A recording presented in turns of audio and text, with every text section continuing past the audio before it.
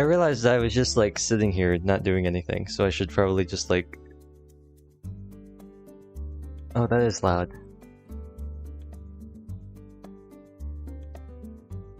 I didn't think it was that loud. I'll turn that back down.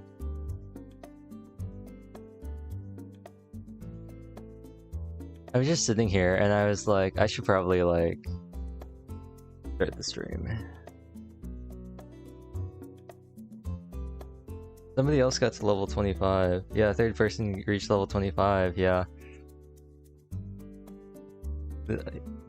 Which means we're close, we're getting there. I don't know, it gave me 2 alerts in OBS. It just says Lil. It just says Lil reached 25. I don't know what that means. I don't know what that means. No, but, good for them? Yeah, good for them. Good for you, Lil. That means that we are 1 person away from getting to level 25, and then another 4 people doing the tutorial to,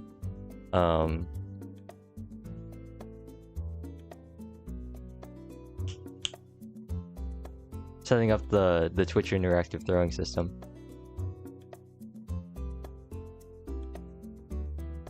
And since we reached both of them, I guess I still have to do the level 1 weekly boss. Since we hit both base goals, I guess I have to do the weekly boss with a level 1 character. I'm really small. Let me make myself bigger. Big. Big. Oh, well, that's too big. Big. There we go. My camera okay? Have fun pulling for new characters? I will. What's going on? What is... Camera wire? There we go. There we go? Yeah? Okay, yeah. I'm gonna level up Sophie to level 9 because I can.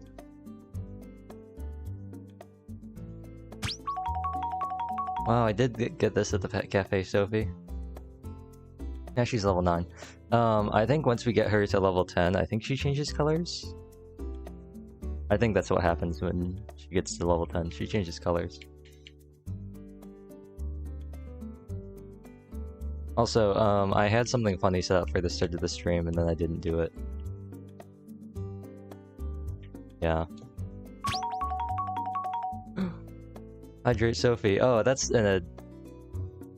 Let me move this. That's better. Thank you, Dawn, for watering my cat. I like that they have a unique badge in chat, too. All the water. I've got water here too.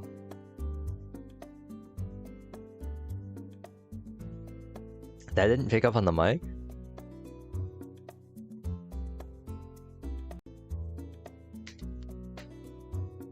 Oh, so voice mod isn't on. There was like a...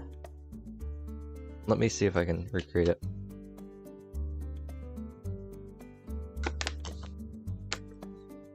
No, it's just picking up the water crinkling. It was,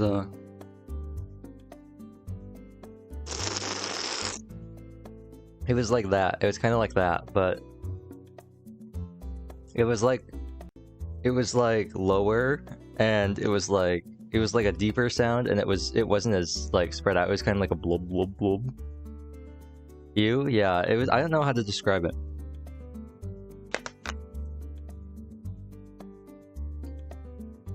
I almost choked. I almost just spit water out everywhere. I almost just spit water all over my desk. The things you do for the stream. The things I do for the stream.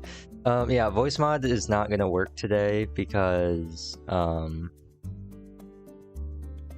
just decided that I wanted to just have it off today for SeaBed.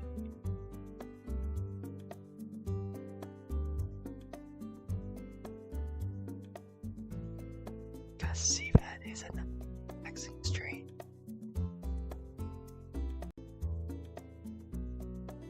I'd get really up on the mic, but the problem is I have to be very careful about how I talk because I don't have a pop filter, so I have to be very careful about how I talk. And I just popped the mic like 3 times there, even though I was trying really hard not to, so.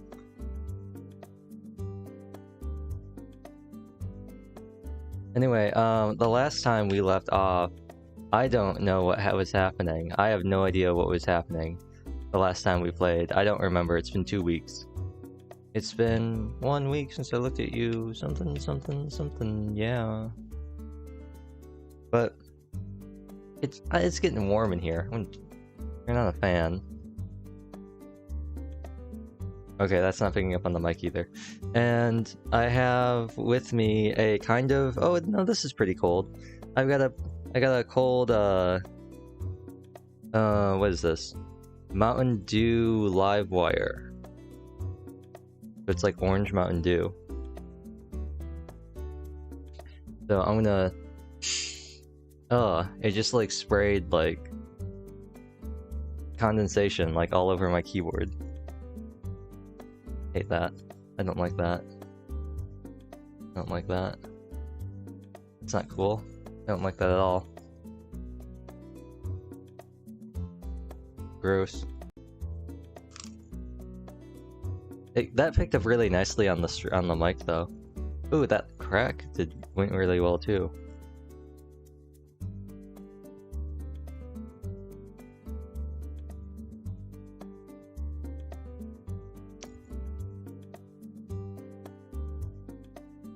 Not that good. Not that good. No. Compared to like Fanta or Sunkist or like Crush. Compared to like Crush or something, getting... No, it's not as good. It kind of, have you ever had those like you know those like popsicle, the frozen popsicles? They're in like they look like a cheese stick, but instead of cheese. Hello, Tofu. Maybe you've heard of these, Tofu. How am I? I'm doing pretty good. I just had Otter Pops. I'll look that up. I don't. It's maybe Otter Pops. I just drank.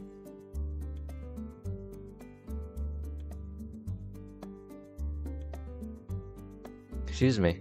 I just drank, took a sip of this Mountain Dew Live Wire, and, yeah, Otter Pops. Yeah, I don't think mine were ever called Otter Pops. I don't remember ever having specifically Otter Pops, but same idea. Same idea. You get the point. You get the point. Let me close all these tabs. Let me open up OBS again. Yeah, I had a sip of this Mountain Dew, and it's not really, it's orange flavored, but it's not like good orange soda. It tastes like the orange Otter Pop. Like, because everyone knows that actually having them as a popsicle is like the worst way to eat them, and the best way to eat them, Otter Pops. Yeah, let me pull up a picture. Otter Pops. Google Images. Window capture. Where is hit or miss? Hit or miss? I guess they never miss, huh? Yeah.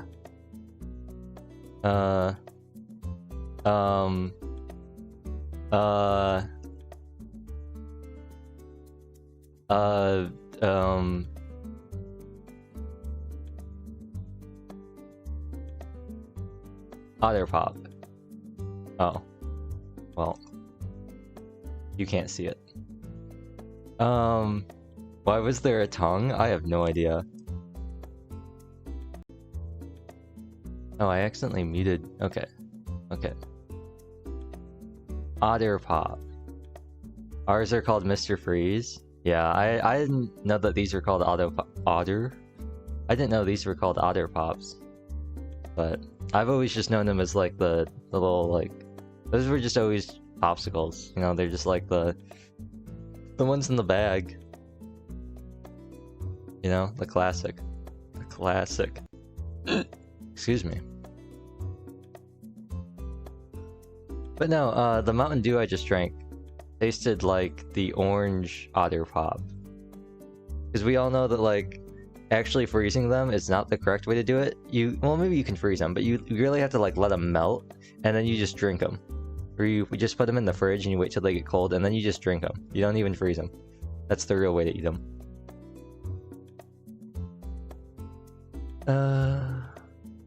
14-ish minutes? That sounds pretty reasonable considering I spent about 3 minutes on the beginning screen.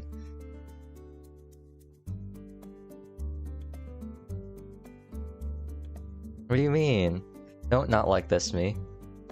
Don't not like this me. That's how you eat them. That's how you eat them. But anyway, SeaBed.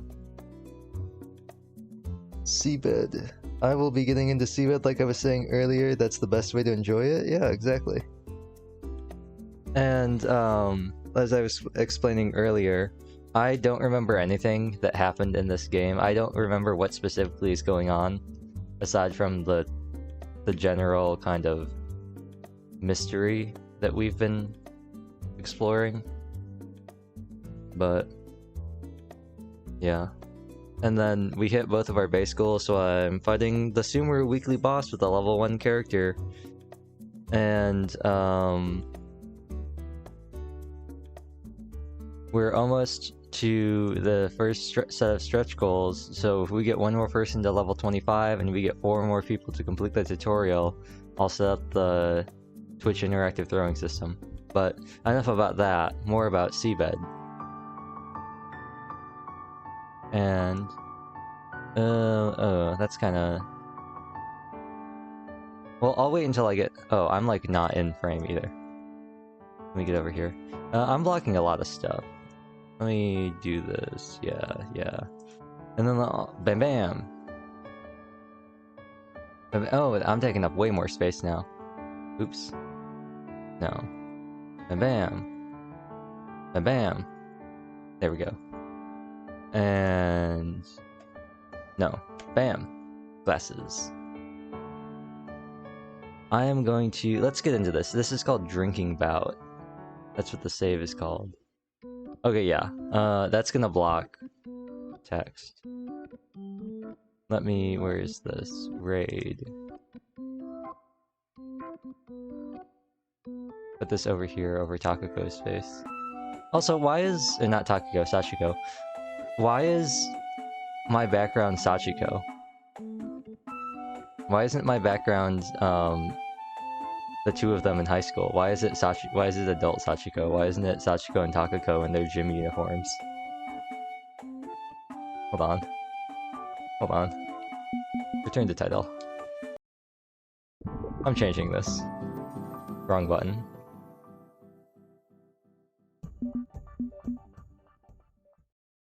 And I'm using the Hori pad today because, yeah,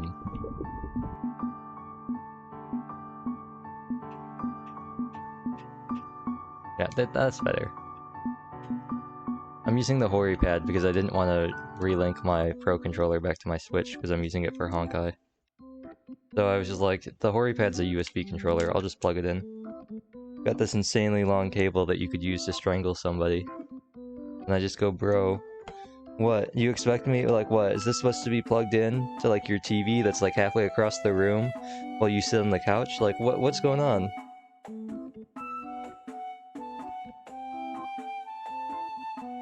So long. Like a 6-foot, cable. It's absurd. I don't remember voices, but I assume saying auntie means this is... Nanai. Auntie always complains when I use oil in the main kitchen. Let's do this in the annex. The annex was connected to the east wing with a roofed corridor.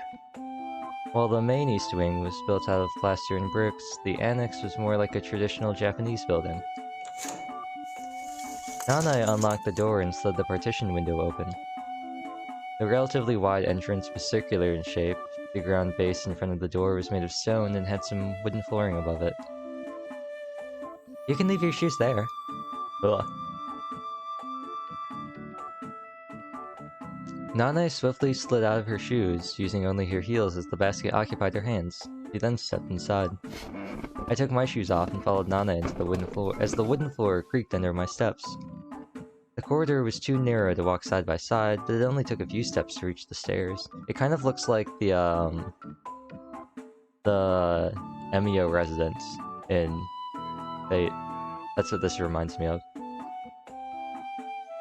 I looked up, but it was too dark to see anything.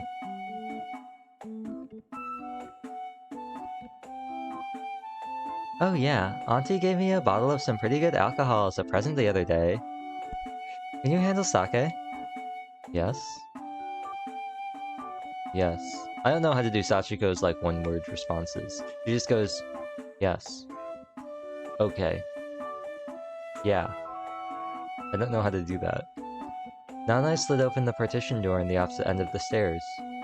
Go ahead. I entered the room. Nanae followed closely behind me, but quickly disappeared behind another half partition. Have a seat and relax. The room was about 15 square meters in size, and its window gave a view of a bamboo forest and some red wildflowers that could have been peonies. But Peony is a blue unit. I don't think Peony's ever been a red unit. She's only ever been blue and green. Peony is she's the blue flying magic unit that everybody gets when they complete Book 4, or the first chapter of Book 4 in Fire Emblem Heroes. She's the light season mythic hero that boosts your speed.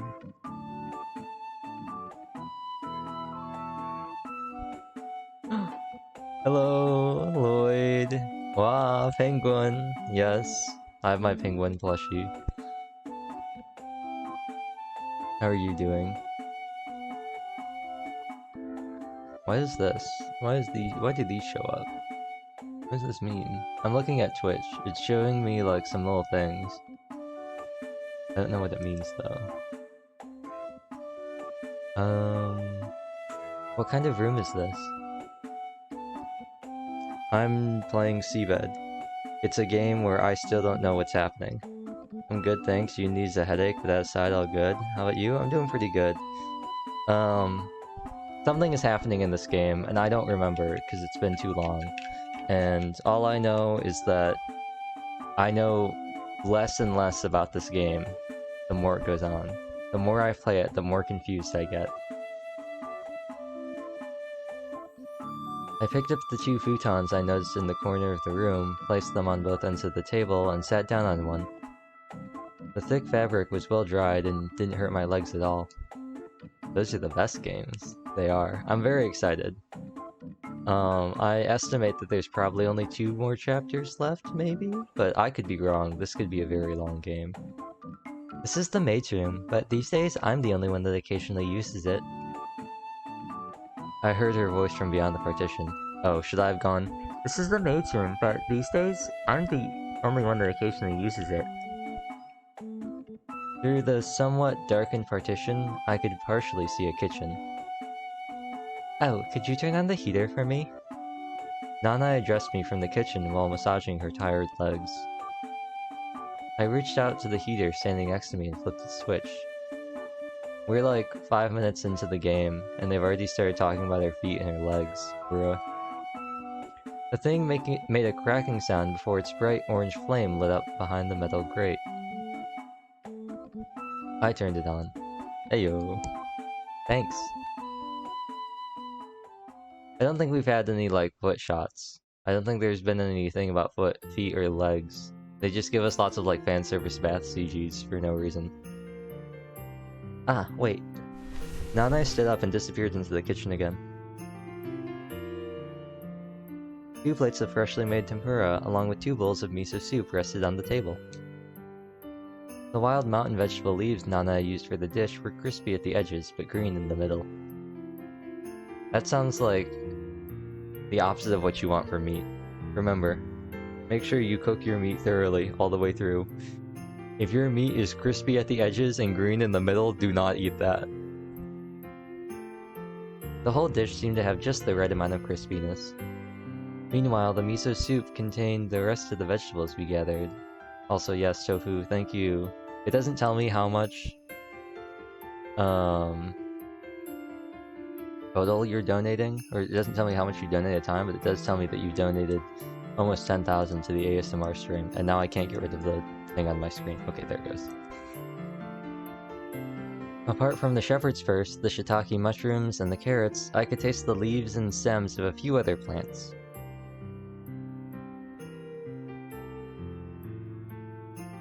Sorry for making you wait. Nana appeared from the kitchen holding a bottle. She then promptly decked me over the head with it. Seems like I made a bit less than I thought. It's enough for me. But if you want to make more, I'll help. Nah, we still have dinner ahead of us, so I'll use the rest of the vegetables for that. Here you go. She filled the transparent glass with sake and handed it to me. After stirring it for a few moments, I tilted the glass against my mouth. This is why I have bottled water.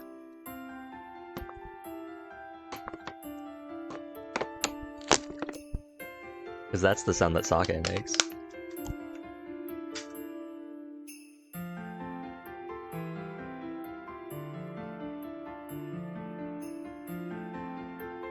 There we go. A cool sensation extended across my throat. It's like water. Tasty and easy to drink, right? It's my favorite brand from Yamagata. Then I took a sip from her own glass after taking a bite of shiitake tempura. Meanwhile, I gulped down the remains of my drink. Oh no. Are they gonna get wasted? Want some more? Then I raised the bottle when she saw my empty glass.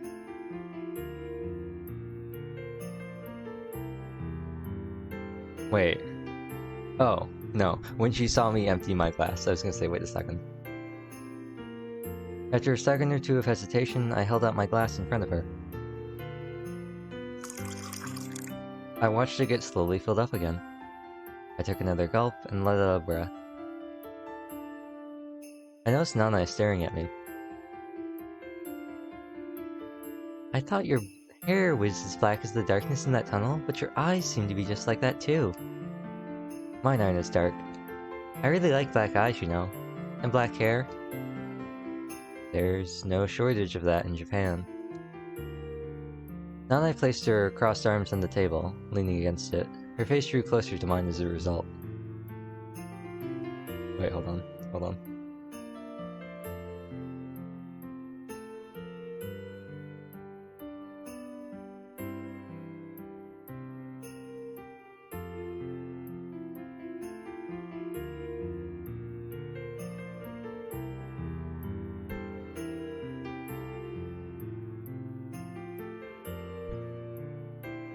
When I go overseas, I see lots and lots of different eyes. Light blue, emerald, ruby. I think they're all nice, and I even feel jealous at times.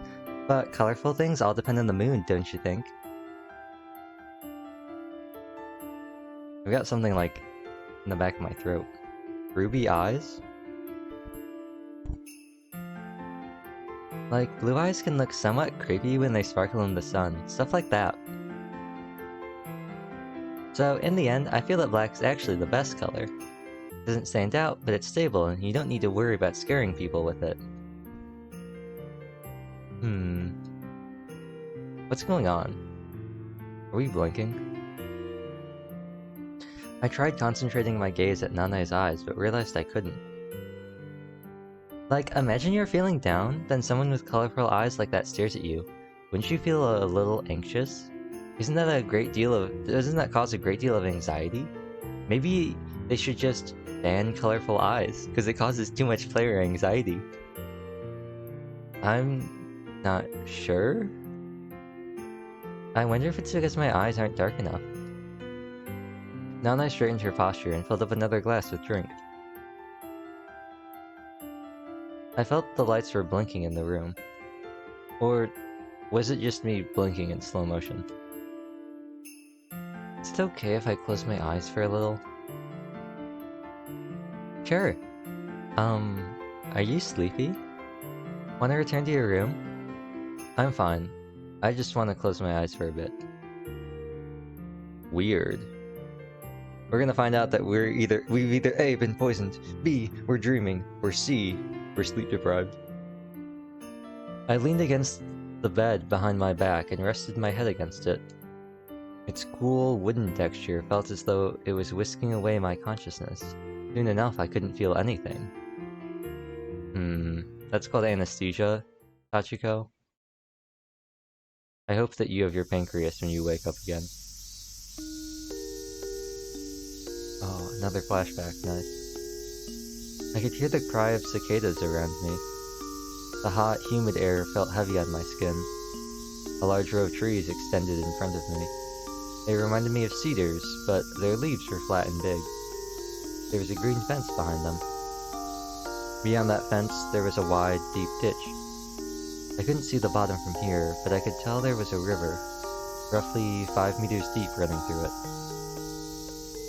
The park area was shaped like a shortcake, situated between the ditch and the road. The road had a slide connected to a jungle gym, swings, tire half buried in the ground, and a sandbox.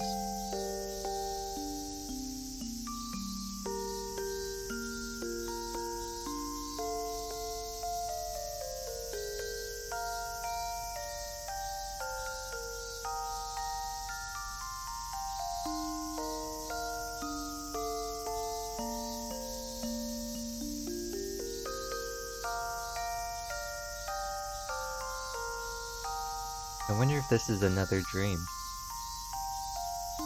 I took a deep breath, letting the familiar scent of soil fill my nostrils.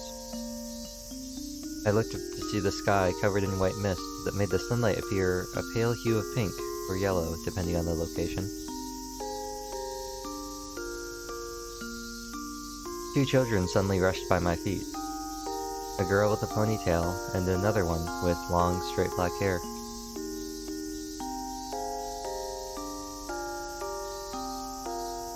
Let's get some cicadas today. The one who gets the most wins. No thanks. I'd rather play with my doll. The ponytail girl was holding hands with the black-haired one while also carrying an insect net. Meanwhile, the black-haired girl was holding a doll in her free hand. You can borrow my net. Here. I don't like bugs. It's easy. Look, there's a cicada right there. I'll show you how this works. The young Takako pulled me by the hand to a large tree.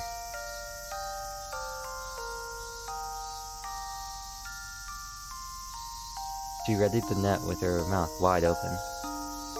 Takako paw? Hey, yeah! The insect flew away, avoiding Takako's net as she swung it downward. I felt something touch my face. I'm leaving.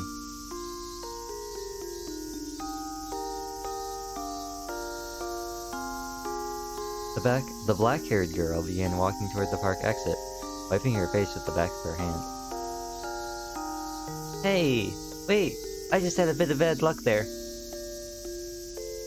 Takako, still looking for the escaped cicada, turned around with a panicked expression and chased after the girl. However, as she did so, a sizable dragonfly flew right across her face. It's a golden ring dragonfly! She chased after the dragonfly, swinging the insect net in its direction. Glancing down, I spotted something on the ground. I picked it up and brushed the dirt off of it. It was the doll the black-haired girl had with her. I knew it well. Hey. I caught Takako, who was about to pass me by in her relentless chase after the dragonfly, by the shoulder. Well, your friend dropped this. You should bring it to her. Oh, that's Sachi's doll. What? What was that? Bruh. Did we just make up our own? Did we just make up a dream about a flashback where we interacted with something that happened in the past? What was that? I raised my head, making the blanket slide down my shoulders. I had a faint recollection of its purple color and rose embroidery. I must have dozed off at the table. The sound of running water stopped. You awake? Nanae's voice came from the kitchen. Thirsty? I looked at Nanae to see her wiping her hands with a towel. No, I'm okay. How long did I sleep? About an hour, I guess. The light reaching me through the bamboo blinds illuminated her hand in orange. I'm sorry. I meant to help you wash the dishes. It's okay. I could see countless snowflakes dancing in the sky through the window behind Nanae's back, piling up on the bamboo fence. You look pale. It's gotten pretty cold, so maybe one blanket wasn't enough. Nanae came closer to me and checked my temperature with the back of her hand. Ew, you don't seem to have a fever at least. Might be because of how much I drank. It's been a while for me. I tried to stand up, but realized that my neck was numb. The world began to spin around me. I lowered my head before the numbness extended across my entire body. It's okay. Just got a little dizzy from making a sudden move. As my vision returned to normal, I realized I was leaning against Nanae's shoulder. Maybe you should lie down for a bit. I'm okay. More importantly, I remembered the dream I just had. What kind of dream? A memory from my youth. I was hunting cicadas in the park. You? I got forced into it by a friend. Did you catch any? I went home before that could happen. But then my friend came to my house the next day with a big dragonfly in the basket to apologize. She said she'd give it to me if I forgave her. And did you? No way. I mean, if she'd brought a flower or something? But then she said she'd get something even better for me. I had to try pretty hard to stifle my smile. Sounds like a weird kid. You're telling me. You never listen to others. So, you didn't make up that day? We did. I told her I didn't need any other bugs, but then she tried to open the basket with the dragonfly right there in front of me, saying she'll give it to me anyway. In the end, I promised to forgive her if she didn't open the basket anywhere near me. You made up like that? Yup. You know, you were both pretty weird. Nanae smiled. I shrugged and smiled myself. I've been having dreams of my past quite frequently as of late. I glanced at the snow outside the window. Maybe it's because this place reminds me of my old home. I've heard that having dreams is a result of your brain organizing things it experienced during the day. Maybe it came upon an old album as it stored the tunnel, the hot springs, the pussy willow, and the rest of your experiences from earlier today. It's sort of become a recurring thing at this point, though. Maybe there's something you want to remember. Maybe. A small rectangular mirror was hung up in the wall in front of me. I could see myself in it, leaning on the table with one hand. Was the insect girl from your dream the same one that went with you to Italy? Yeah. So you knew each other since childhood. Yep. I wish I had a friend like that. You didn't? Barely any kids live in the middle of a nowhere place like this. Even in my class at school, there were only a handful of kids my age. And they all moved away as soon as they graduated too. Apparently it's too boring here. And not a single one of them ever came back? Nope. Must have been a lot of fun living in the city. I don't know. I imagine most of them have become too busy to even consider things like that. Although, it all depends on the person, of course. Well, I might have said I wished for a friend like that, but it doesn't mean I'm lonely out here. I never had a soulmate like you, so this is pretty much the norm for me. I see. Besides, I can enjoy nature to my heart's content. I'm not bored. Nanae picked up the cup of cold tea from the table and gulped it down. Yeah, I wouldn't say it's boring here either. I'm having lots of fun, too. You're going back to Tokyo in a few days, right?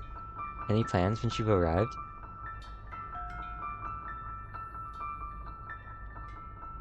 I still have 1 day's worth of vacation time left, so I'll do some cleaning, then head to work the next day. How about extending your stay here? She looked at me with the teacup still in her hand. Why not try working here with me? Auntie would look up. Auntie would look after both of us like a real mother. I can guarantee that. But I don't know anything about your job. Hey, it's no big deal. We don't get that many guests anyway. You could only help with cleaning at first, and that'd be enough. The butterberry you found will be in season to eat in a couple of weeks. I'd love to make you something with it. And in the spring, the entire forest will be in bloom. You have no idea how amazing the road to the hot springs looks during that time of year. I guess I should bring a lunchbox with me then. There's another road down the mountain that goes right through the blooming trees. We could have lunch on the field by the river. I glanced at the calendar hanging next to the mirror. It all sounds very appealing, but I'm afraid I can't do that. I like my current job, and we were the ones who established that office to begin with. I see. I heard footsteps in the corridor. I think you're having those dreams because of your old girlfriend. You're feeling lonely on your own and want to return to the past. Perhaps. I don't think I've ever had dreams of my past, but I see lucid dreams a lot. Have you ever seen any? I shook my head. Well, they're mostly like regular dreams, except you retain your full consciousness. You can basically do whatever you want in them. Can you tell me about any specific examples? Yeah. Nanai staggered to her feet, then slowly lowered herself onto me. I ended up being pinned under her on the ground. I don't know if you're a bit thick, or if you're just pretending, so I'll say it outright. I think I'm in love with you. Bruh. Nanai's face was right in front of me, though her eyes seemed to be having trouble focusing on anything. Are you drunk? I am. Enough to blame this on the alcohol. A small sigh escaped through her teeth. Run? But I like Nanai. I mean, Sachiko doesn't like Nanai. I mean, she likes Nanai, but doesn't like Nanai. But I like Nanai. I think we're a good match. As a couple, I mean. How? You're pretty stubborn and don't let others push you around. Also, Sachiko has compared Nanai to Takako several times in the past. All she's gotta do is put her hair up in twin tails and boom, we're golden. And those around you don't mind that part of you at all. I mean this in a positive way, because you have a strong character. But at the same time, one could also call you selfish. Your set of values is so rigid, others usually have to concede and go along with you. And I'm good at that. I don't get it. What didn't you get? That you're stubborn? Or that I'm good at going along with others? The reason why you think we're a good match. Nanai smiled happily. That's what's good about you. What I like about you. By the way, do you remember that man I was talking to in the yard the other day? He's been doing that job for over 10 years now.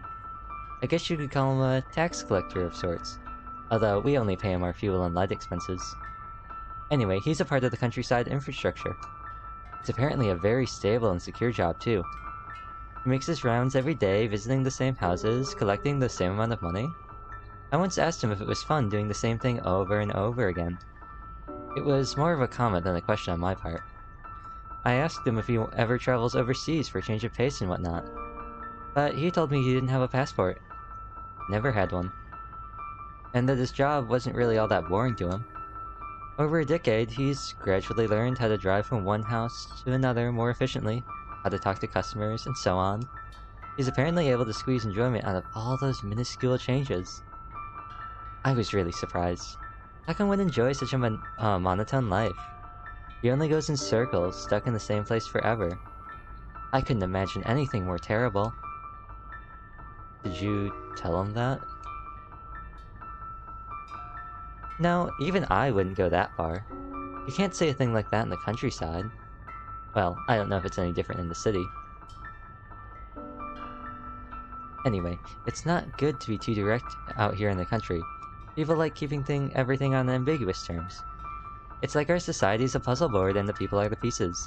It only works when they all fit perfectly together. But that can't happen if you're too much of an individual. Inside, everyone's completely different. Some might be like gelatinous amoeba, while others can take the shape of a star with rigid edges. So for everyone to fit together, we need an escape where we can be ourselves. And that's a hobby. Did that make any sense? Well, I feel like I understood the part about the countryside anyway. Yeah. Anyway, I digress. Or rather, this'll make sense later, but we were talking about how we were compatible. So in connection with what I started, there's another, more personal reason why I never told him what I thought. Can you tell what it was? A difference in your values? Yeah. How'd you figure it out? There are many reasons why one wouldn't fully reveal their thoughts to another person, but you mentioned it was a personal reason, so... Nanai nodded. That guy's the oldest son of a local farmer, so he'll have to take over that business eventually. As such, how can I, a person without parents, responsibilities, or any strings attached, tell him what to do with his life? I might have ended up bringing a whole heap of trouble on his family if I accidentally convinced him. Well, people in the city are tied down by their responsibilities just the same. I see. That makes things easier. It all comes down to your values. The set of beliefs I have as a free person and the values of those that have to support their families are entirely too different. It's impossible for two people like that to communicate honestly, and neither would they understand the other even if they tried. The way you see the world depends on your environment and position in society. We are all pieces in the puzzle called society. Bro, they really were just like, we live in a society. Wait, hold on. What button is it? Screenshot? I'm gonna make a meme out of that later. I'm gonna put, we live in a society across the top of it and then have bottom text on the bottom. Exactly. Anyway, I keep digressing, but I'm almost done. The reason we're perfect for each other is because of how our values work. I kept thinking about this ever since I met you. Nanai hesitated for a second, drawing her face back with her eyes closed. Your emotions are very faint. Have you noticed that? When you're happy, sad, or angry? Not like I've ever seen you angry. But even when you talk about Takako, I can't see any sorrow in you. It's like you impersonally report the facts with little to no subjectivity. And? Could it be that you didn't even cry when Takako passed away? She paused there. I kept silent, so she ended up opening her mouth again. You're free to get angry at me, but I feel your conception of loss is completely different from other people's. It's not something most people would understand, and I imagine it makes life pretty tough to live. Smiling, Nanai went on. But you've got nothing to worry about. This is what it all comes down to. I think your perception of the world would be in perfect harmony with mine. I can adapt myself to any person. I mean, I was brought up here in the mountains. I've watched plants, animals, and just nature in general my whole life. If you get too close to a hornet's nest, you'll get stung. If you eat a poisonous mushroom, you'll end up in bed with a stomachache. You can't climb or jump down a steep cliff. There's no room for negotiation in nature. They all have their set of values, rigid as stone, and all I can do is respect them and adapt. That's the way I live. Even if you're right about me, it doesn't necessarily mean I particularly want to be understood, or have anyone adapt to my lifestyle. Don't you ever want to share your thoughts with someone?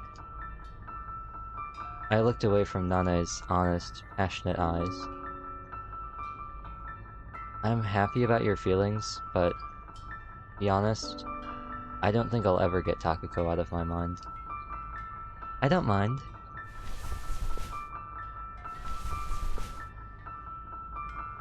Nana raised her upper body, took out a band from her sleeve, and fastened her hair into twintails. Ah, she did it. Even I'm surprised how strongly I feel about you. I don't care if I have to be a replacement for someone else. The way she smiled down at me from above reminded me of Takako. I think it'd be better for you, too. The thoughts you never voice are no different from thoughts that don't exist. They make you anxious.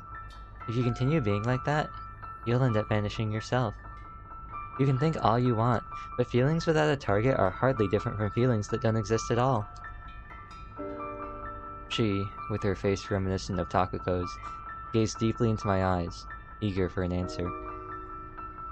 We can start our lives anew. Now's the perfect opportunity. For us both.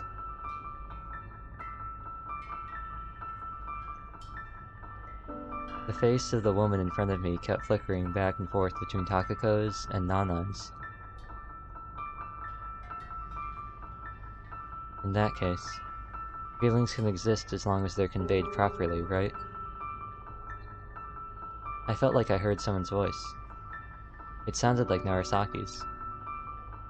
Right, I was thinking of asking Nana about Narasaki back when I met her in front of the back door.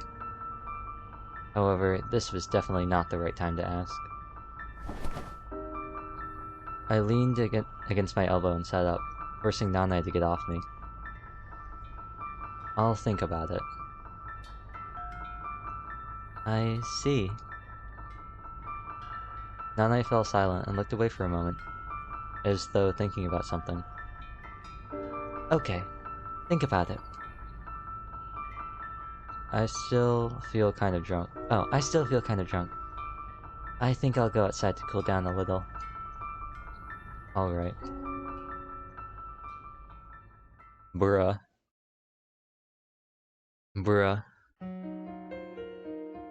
Oh wow! Title screen! You know, I actually was going into this before any of that happened. I was like, I wonder if Nana is gonna like hook up with Sachiko, or if Sachiko's gonna hook up with Nana. Hydrate? What was that? What was the line? What's the scene from How to Be an Adventurer? What was it? What was it? It was, do you need a drink? What? Cause you are damn thirsty! Wasn't that what it was? Isn't that, doesn't that what Belle say to Aina when they're on their, like, shopping date? Isn't that what he's, like, at the end of it or whatever?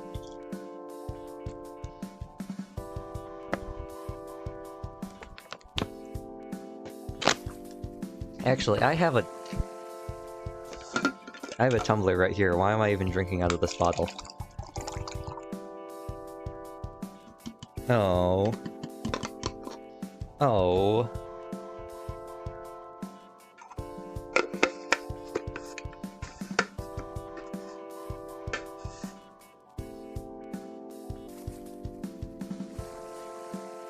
One of my...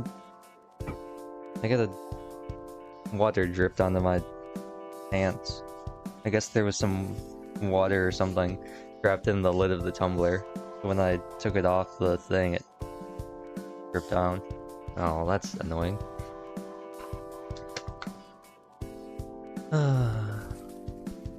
But no, I was wondering if Sachiko was gonna hook up with Nana, because the one thing I do remember about the last stream was Takako, when she had her fever, having a fever dream about like making out with Mayuko while they were in the support room, and I was just like, bruh. Well, now we're on to Narasaki. You can't see it because I'm blocking it, but it says Narasaki in the corner. I was walking on the snow along the camellia fence when I saw Sachiko approaching from the opposite direction. Hey, fancy seeing you here. Narasaki, what are you doing here? Just out for a walk. What about you? You look pale. I drank too much. Drinking while the sun's still up will make you grow old faster. Apparently. Doing it once in a blue moon won't kill me, will it? Are you okay? Yeah, I was on my way to my room to rest. Good. Don't forget to drink plenty of water before going to bed. Thanks. Sachiko passed by me. I gotta get back into Narasaki's voice. I turned around to see her back recede toward the mansion as she treaded the snow-covered path. I turned back and continued in the direction Sachiko came from. Following the path created by her footsteps made it easier to walk across the snow. Aha! I had a feeling this was gonna happen. As I turned my attention toward the annex of the East Wing, I saw its door suddenly open, revealing Nanai. I raised my hand to greet her. Sure is cold today. Nanai wore a long-sleeved trainer and some light-colored jeans. It was clear in the morning, so I didn't expect for all the snow to suddenly pile up. Oh. Well, I did tell you about how fickle the weather was here in the mountains. Looking at Nanai's face nearly made me gasp. Her hair was fastened in long twin tails. I watched them sway in the cold breeze. How are you feeling? What do you mean? Nanai looked at me with a frown. Sorry, I just remembered something. Gotta run. Was that Nana? Who's talking?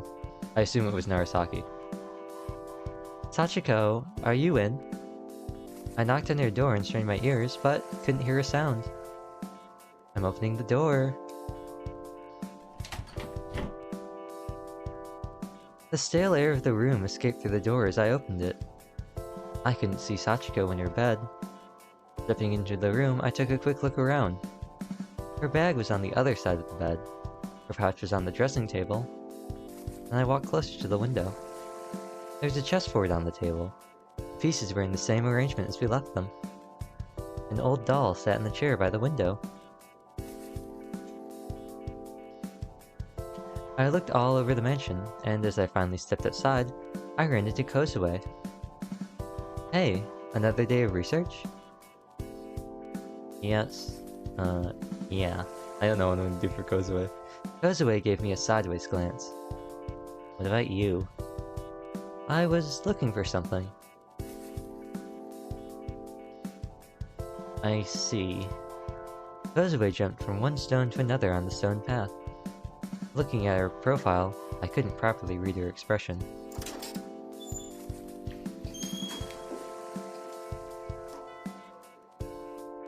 I could tell Sachiko wasn't inside as soon as I reached the library.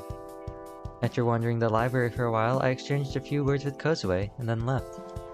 Meanwhile, I was thinking about Sachiko. I tried imagining where I would go if I was her, but I couldn't come up with anything.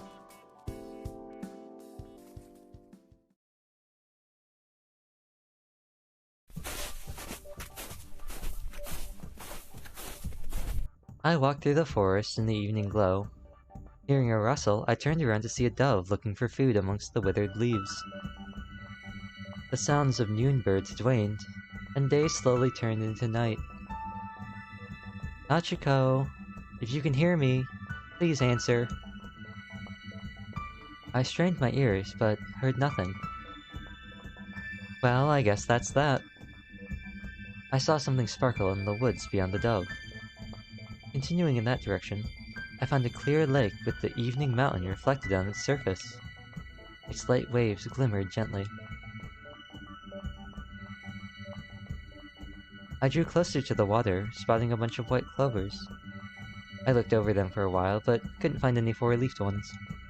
Suddenly, I heard a splash of water. The size of the ripples on the surface weren't enough to determine whether the sound was caused by a water bird or a fish. By the time I looked up, I realized the sky had taken on a deep blue hue, giving home to countless stars. I tried looking for the Big Dipper in Cassiopeia, but found the Southern Cross instead. What? I rubbed my eyes and looked at the night sky again. I gave up on that and looked to the lake instead. A loud gasp. Aha. Yep. Okay, so this is what happened in the tips section in Narasaki's clinic and the bonus stuff that we went over. She's been sucked into some sort of like weird, like supernatural, like time rift thing. Because this is what happened at the very start of the game. I'm like 99% sure that this is the island that Takako and Sachiko went on like their honeymoon or whatever at the very start of the game. The Southern Cross and the beach and everything. The mirror-like surface of the lake was no more. Instead, I saw countless puddles in the sand, extending beyond the horizon. All of them reflected the night sky. I looked at one of the puddles. My eyes met Sachiko's as she looked down from me on an inverted position.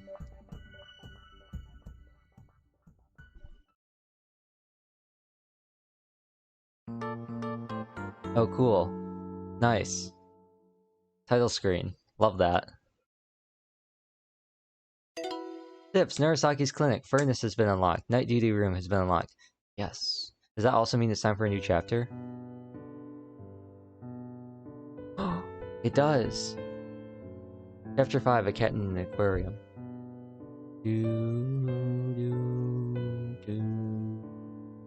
Oh, and we're back to Takako, I assume? Yeah, we're back to Takako.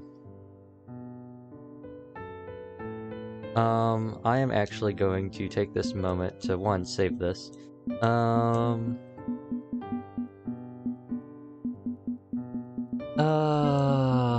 but what save file do I want to override? I guess I'll override packing. Hey, Neon, why don't you override these ones? Because I want to keep them.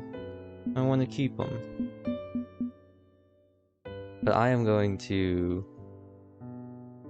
I'll let this sit, because this is nice. SeaBed is great, because it gives me wonderful music. I'm gonna go to the bathroom real quick. And give me a chance to rest my voice for like 2 minutes or something. And then I will be back. So...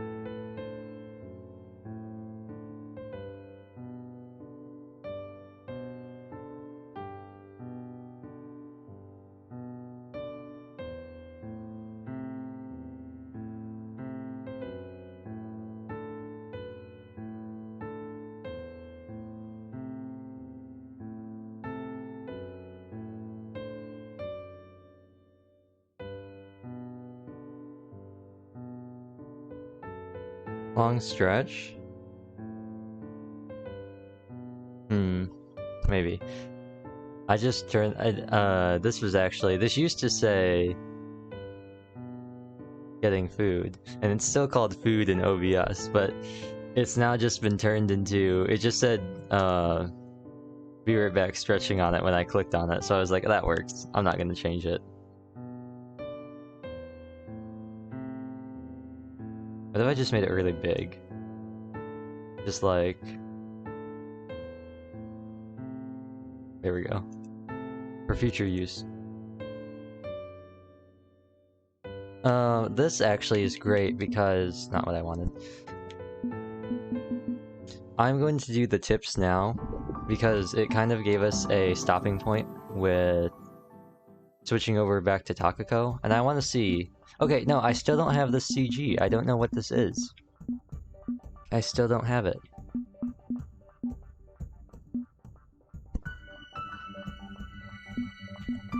Oh, so these were the two we just got. Okay. What is she wearing? What are you wearing? I can't tell if she's wearing shorts or a skirt. Dawn, did you miss this? Were you... I don't... were you tabbed out? Were you clocked out when this happened? Were you just checked out when this happened? You were Dawn, I had a feeling. Chat was oddly quiet. You were oddly quiet when this happened. I'm cleaning the house? Oh, okay. Yeah, so like, we woke up. Sachiko like passed out, and when she woke back up, Nana was like, "Hey yo, you feeling better? You okay?" And Sachiko's like, "Yeah, I think so." And then Nana was like, "Hey, I'm gonna pin you on the ground and tell you that I love you. I'm gonna confess to you right now as I pin you on the ground and straddle you." Is she drunk? She was like, I missed the sus. Dawn missed the sus? Yeah, Dawn missed the sus. Yeah, she was like, I'm drunk enough to blame it on the alcohol. She's like, I'm drunk enough to say that it's not my fault that I'm doing this. And then she was like, is it gay to pin the homie against the floor? And then she was like, I can make you forget about your old girlfriend. I can be your new girlfriend. You can forget about Takako. Get with me instead. Wait, wait, hold on.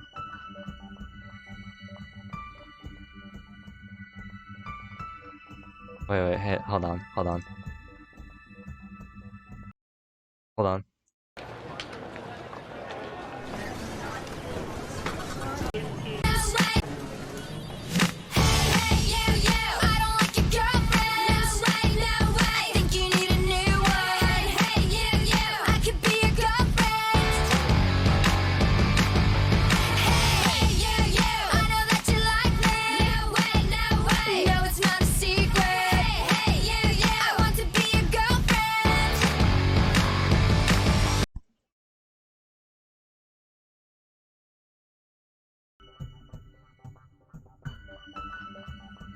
No, okay, yeah. I mean, that's... Was there anything more fitting than that? Is there anything more fitting than that? Oh wait, no, this is a good one.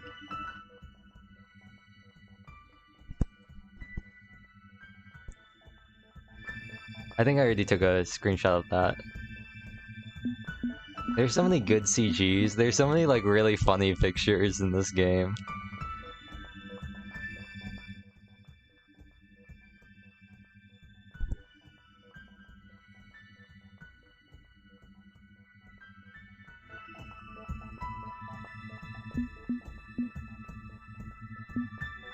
Like, oh, wait, oh.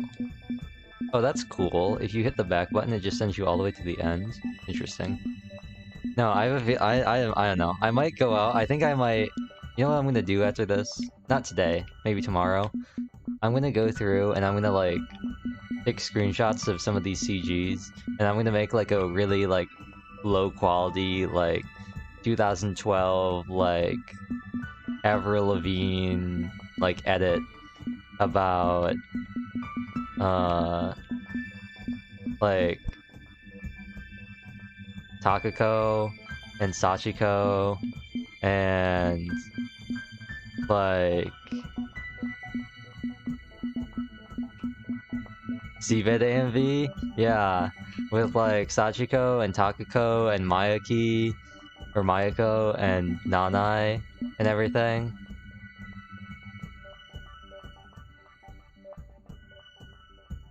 Also, I have to mash through all of the different expressions that they go through every time. It won't just let me close the image.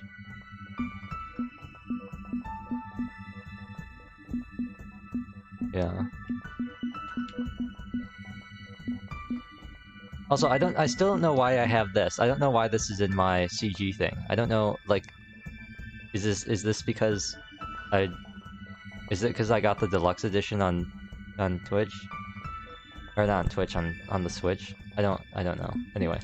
Now that we've caught Dawn up, it's for the body pillow. The Sachiko Dakimakura. That's not what I wanted to do. No. Do not do this to me. Now that we've caught Dawn up, we got Dawn back up to speed on, Nana being sussy. Sakimakura. Let's do, these tips. We just... Hello? Oh, wait, we got... Wait, hold on. So, we got tips 1... We got kitchen through room 008 in tips 1. And then we got tips 2, which was landscape immersion. Why did we get more in tips 1? We got furnace and night duty room. Let's see what this is. Historically, these have, and by historically I mean the last 2 times I did these, they've kind of shed some light on what's going on in the story, so I'm hoping that's the case here. After the bath, Sachiko came to the furnace room. Although I feel like I should do these all at the end, because this seems like it's a continuation of the last set of notes that we got. Without even trying to fight the loud noise inside, she mouthed that the bath was now open and free to use. If this is about what happened last time, basically Sachiko showed up to the psychiatric clinic that Narasaki ran, and was like super ultra mega depressed after Takako died. Like, she wouldn't talk to anybody, she wouldn't eat, she wouldn't move, and Narasaki went to bed one night and heard this really weird sound. Like, people were talking. And when she went to go check on Sachiko, she had vanished from her room. Like, all the sheets were undone, and like the window was open. And it was like 20 degrees cooler in the room than the rest of the building. And she suddenly found herself staring at like Takako and Sachiko in a completely different building. And it was really weird. She was having some sort of like weird out-of-body experience. It was very bizarre. But eventually she found Sachiko and she was like freezing. And she brought her to the shower and she had her take a hot bath. And that was the end of it. Without even trying to fight the loud noise, she mouthed that the bath was now open and free to use. I gestured that I understood. I'd normally use the showers in the clinic, but once a week I'd heat up the underground bath. After making sure that the furnace was working as intended, I headed to the bath.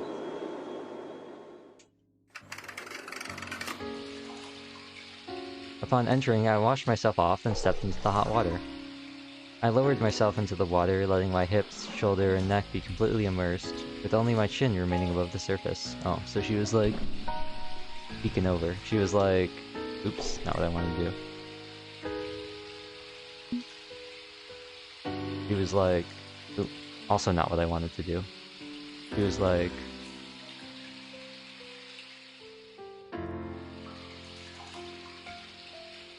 heating up the bath was a bit of a pain, but the payoff was more than worth it. But that initial tedium was exactly what made finishing it so satisfying.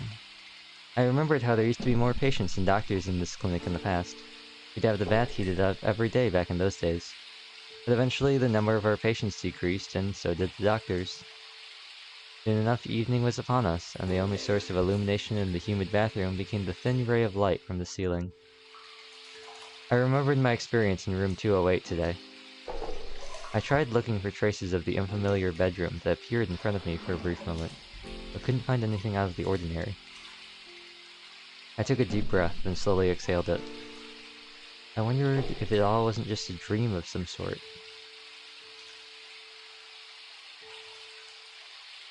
I felt like I heard something, prompting me to strain my ears.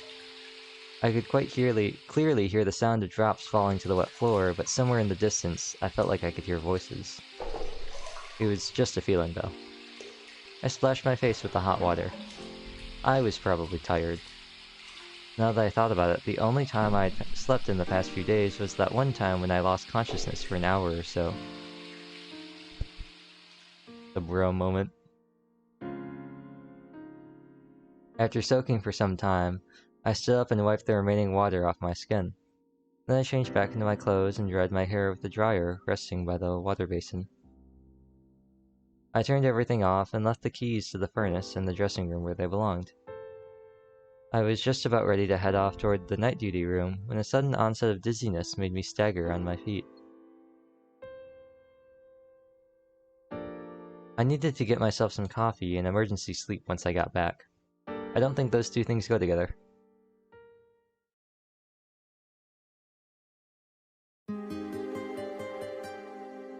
SeaBed. Okay, so that was furnace, and this is night duty room. This will be interesting. Because the night duty room has been the thing that Takako has been staying at. Oh, that's not ominous at all. It was already 8 by the time I returned to the night duty room. Is this going to be about Takako?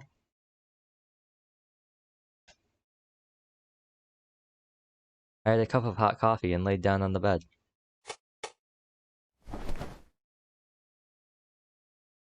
I turned on my back and closed my eyes. I expected to fall asleep right away, but it didn't quite work out that way. The coffee might have dispelled my drowsiness a little. No, so this is still Narasaki. Which leads me to further believe that the clinic and the hotel and the sanatorium are all connected somehow, because they all look the same. I stood up, flipped the notebook lying on the table open with one hand, and had another look at the diary. It was a short thing, so I ended up going through it in no time at all. However, I had this odd feeling about it. I read through the entries again. Maybe this is Takako. Something was missing. Not the pages I myself tore out, of course, and it wasn't some sort of misunderstanding on my part either. I couldn't recall the exact date, but a certain episode I remembered clear as day was missing from the text. Okay, so this probably is Takako if she's talking about an episode, because supposedly she was supposed to be writing down everything that happened. She was supposed to keep like a diary while she was in the clinic. I lifted my coat off the wall hanger and took out the memo pad from its pocket. But the memo pad still makes me think it's Narasaki. A fragment of that missing episode was jotted down on it. I had a bad feeling about this. I felt the entire clinic squirm as I touched the wall of the corridor. I took the key and hurried over to room 208. Well, that's not ominous at all. As I finally reached Sachiko's room, I knocked on the door. I waited for a while but received no answer. I tried again, but there was only silence. It was possible she had just fallen asleep after her bath. All I might have done is wake her up. However, I was too worried to care about that now. I knocked again just in case. On receiving no answer, I unlocked and pushed the door open. An empty bed was the first thing that entered my vision. I entered the room and looked around, but she was nowhere in sight. Both the door and the window were locked. I called out her name, but was met only by silence. I even looked under the bed to make sure she wasn't just hiding somewhere. No other strange phenomena occurred, though. There was not a single trace left of Sachiko's presence. Her clothes were gone, and her bedsheets didn't look slept on. This was the room 208 before her arrival. This reminds me of my Doki Doki. Or this reminds me of Doki Doki. Let's hope it's not like Doki Doki. Why did I say Okie Dokie? I left the room and checked the bathroom, the inner yard, and the dressing room, as well as any other place I assumed Sachiko might visit. Unable to find her even after all that, I began looking for clues about her departure. That said, I couldn't imagine her leaving without letting me know. This place didn't have many exits. First, I investigated the front doors of the lobby. I turned the doorknob, but the door didn't move an inch. It was locked. Next, I checked the side exit in the west wing, but the result was the same. Finally, I went to the library through the connecting corridor. The door was, once again, locked. Just in case, though, I unlocked it and entered the building.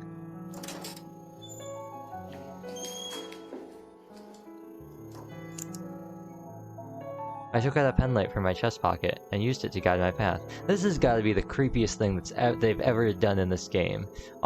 Every time Narasaki goes to the library in the middle of the night and has a tiny flashlight. It's gotta be one of the creepiest things they've done in this game. It reminds me too much of Your Turn to Die.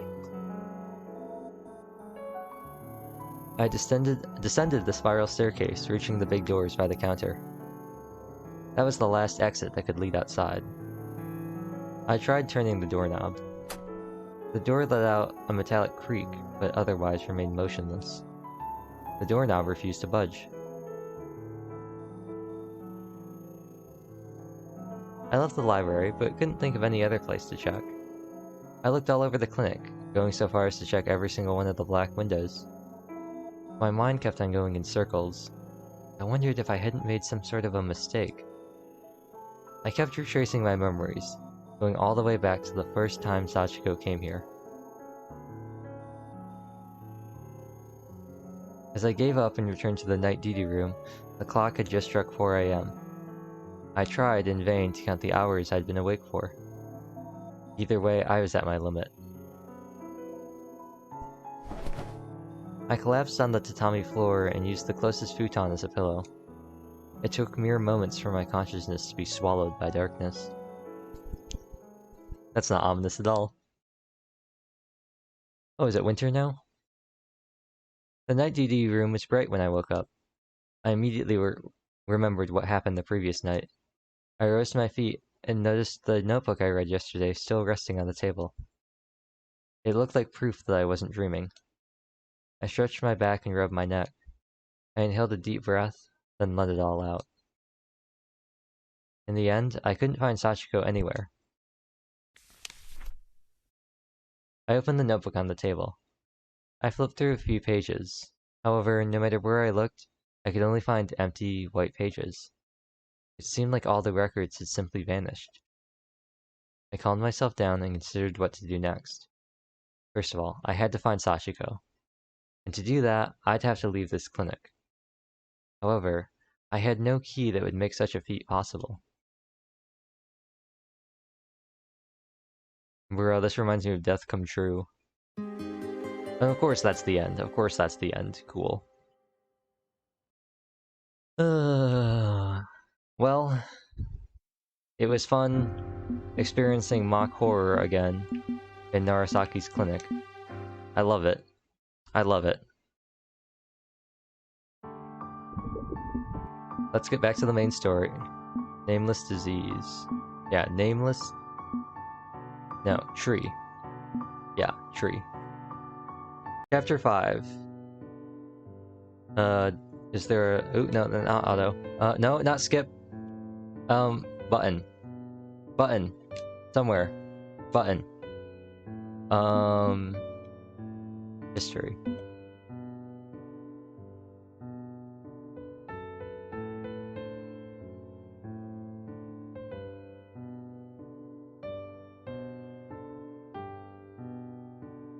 Okay, no, it's not gonna tell me. But what I missed was... As I sat down on the futon and gazed at the trees beyond the dark window, I felt something akin to a thin layer of mist cover my vision. I closed my eyes and opened them again. The Christmas tree returned my field of view. As the light of the stars shining through the branches illuminated the room, It summoned voices in vague shapes, as though in a shadow play. After I spent some more time gazing at the tree, Mayako returned to the room from the kitchen, holding a transparent cup with water in it. I took it from her, had a quick sip of the cold liquid, then stretched my back. We're back to Takako now, too. Ah, I'm so tired. Oh, I guess this is Mayako. Oh, thanks for all you've done. I took another sip from the cup. I handed it back to Mayako and collapsed on the futon. That's not very ladylike, Takako, said Mayako, as she sat down in a traditional Japanese way, with her legs under her knees. How come you're not tired? You worked more than me. Oh, I won't tire out from that much. I wouldn't exactly be qualified for this job if I did. I guess it's harder than it looks. Thanks. You're welcome. Although, if you want to express your gratitude, you can wake up early tomorrow and help me with the rest of the cleaning. I'll do my best. Mayako placed the cup on the tray by the pillow. Turning off the lights. Okay.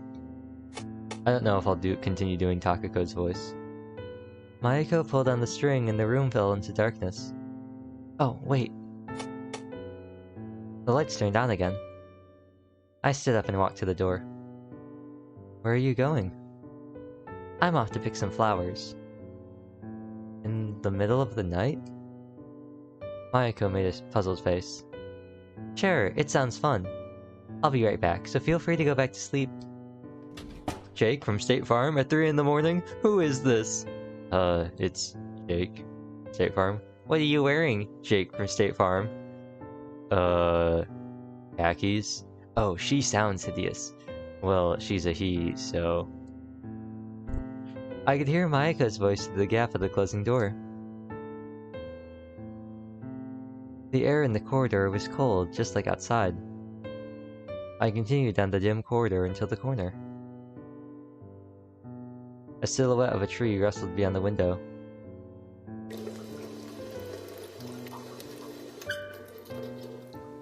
I washed my hands with freezing cold water, letting the chill seep into my bones. Afterwards, I turned off the tap and wiped the water off with a white towel next to the sink.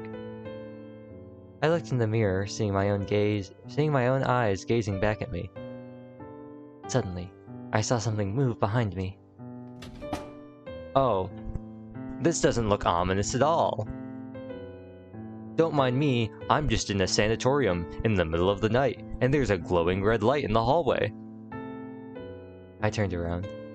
There was nothing there, save for the dimly lit corridor stretching into the darkness. I narrowed my eyes, trying to make out something. Little by little, I managed to make out the wallpaper at the end of the corridor. The shadows cast on it by the trees beyond the window made it almost look like a face in the moonlight. The silhouette of a person suddenly passed by that surreal face on the wall, only to disappear further into the darkness. Nanai? Nanai, is that you? I walked to the end of the corridor and peeked beyond the corner. The spiral staircase was not lit up, and instead led downward into complete darkness. I strained my ears, but only heard the clanging of that contraption from outside. A metallic trinket attached to a wooden pole. Am I correct in remembering that this is the same place where we saw like a demon or something when we went to the kitchen? We went to the kitchen in the middle of the night and we saw a demon behind us.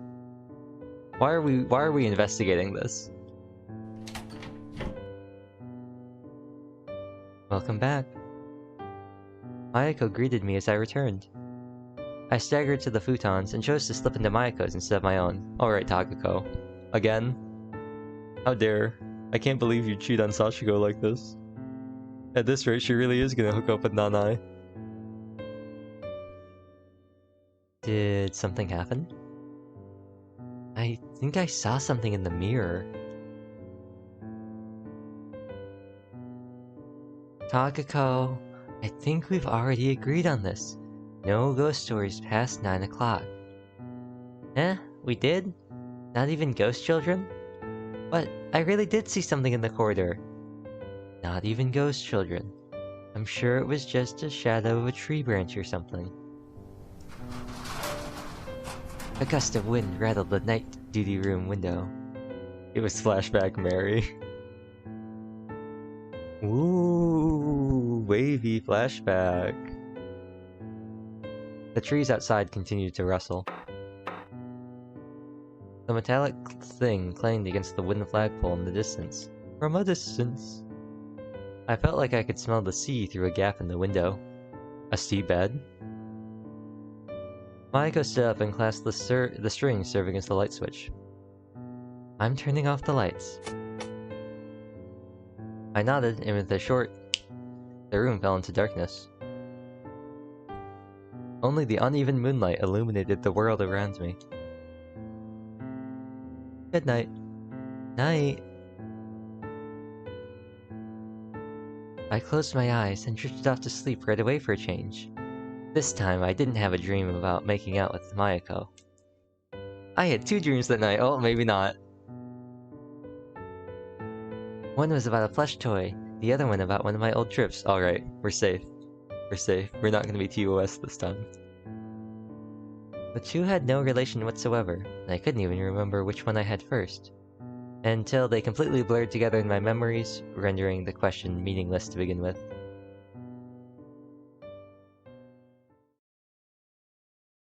TOS? Yeah. Yeah, no.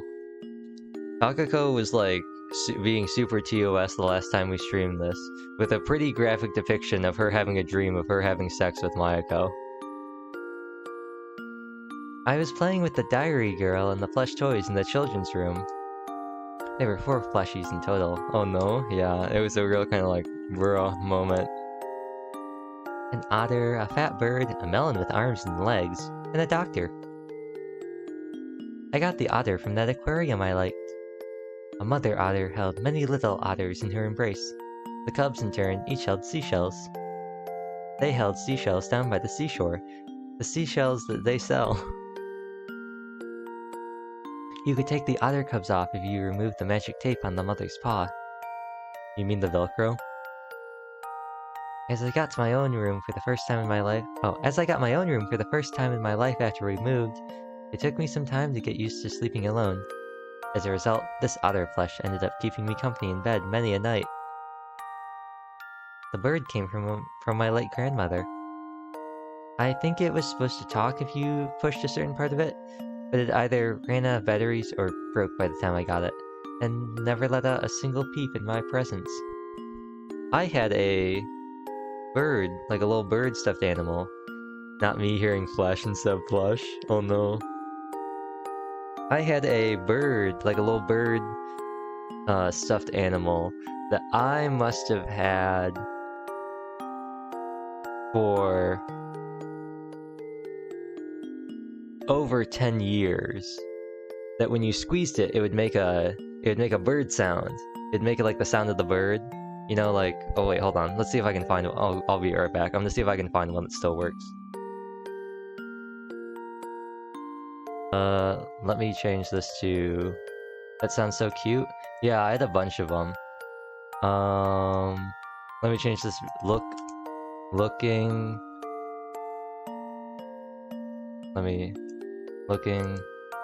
for plushies. And I'm gonna hide myself too, just so you can clearly see. Be right back, looking for plushies. I'm looking respectfully? No, I'm gonna try and figure out where I put all of them.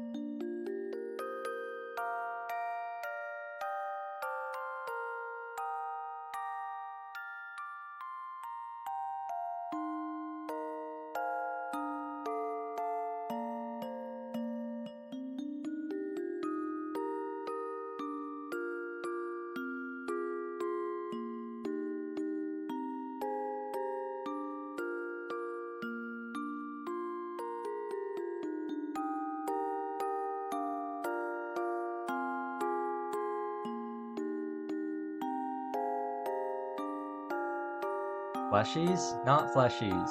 He's looking frantically, digging into the deepest, darkest areas to find them? No. They usually are all on my bed. So I was gonna go hunt around and figure out where they were and what other animals they got buried under.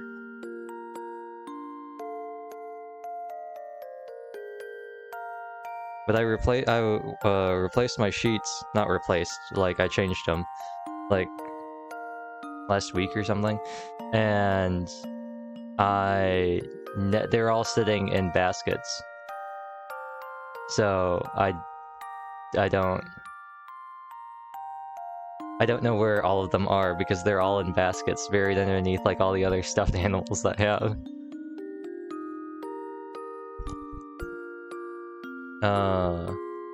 You put all your penguins in one basket, SMH? Not all of them. Some of them are in my bed right now. I got one from Build-A-Bear Workshop. That was it's a Happy Feet. It's what's his name? Oh, what's his name? What's his name? It's a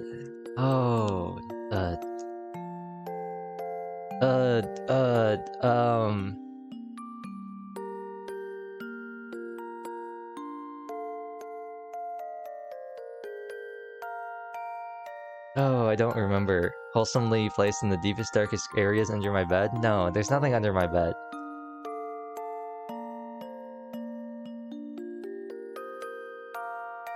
I don't remember. Fake penguin fan doesn't know all the characters in Happy Feet by heart. I can't believe it. Oh, what was it?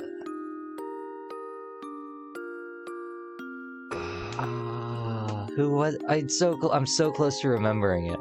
Mumble. Because he could only dance, he couldn't sing. Yeah, Mumble. Also, Wake Up Game. But yeah, I have a Build-A-Bear Mumble that I got a long time ago. And if you squeeze it, the wing, you reach level 25. Nice. We'll just did it update yet? It did update. Nice, Don. But yeah, I don't have it with me. I'm not gonna go get it either. But I have a Build-A-Bear Mumble, and if you squeeze his arm, he says, "I love you." But anyway, I don't know if these work. I've got some birds next to me. Did you take care of Mumble? I did take care of Mumble. I am taking care of Mumble. Mumble's actually one of the ones that's in my bed right now. Even though I haven't put the rest of them back in my bed. Mumble's there. Okay, so this one doesn't work. I don't remember what bird this is. Does it say on the tag? This is... Does it say?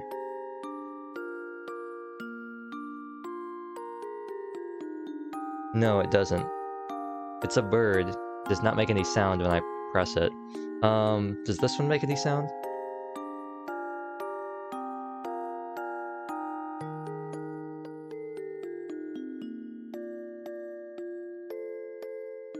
Okay, it's not loud enough to pick up on the mic. It still makes sound though. This is what it's supposed to sound like. I have one that works.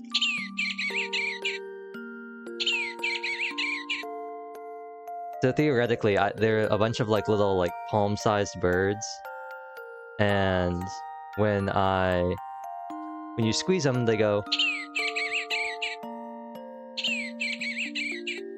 and they have like they're a bunch of different birds, and they all have different sounds. I believe this is the eastern bluebird. And this one I got a couple years ago. But I have one that I've had for, I think, 10 years that you can't hear.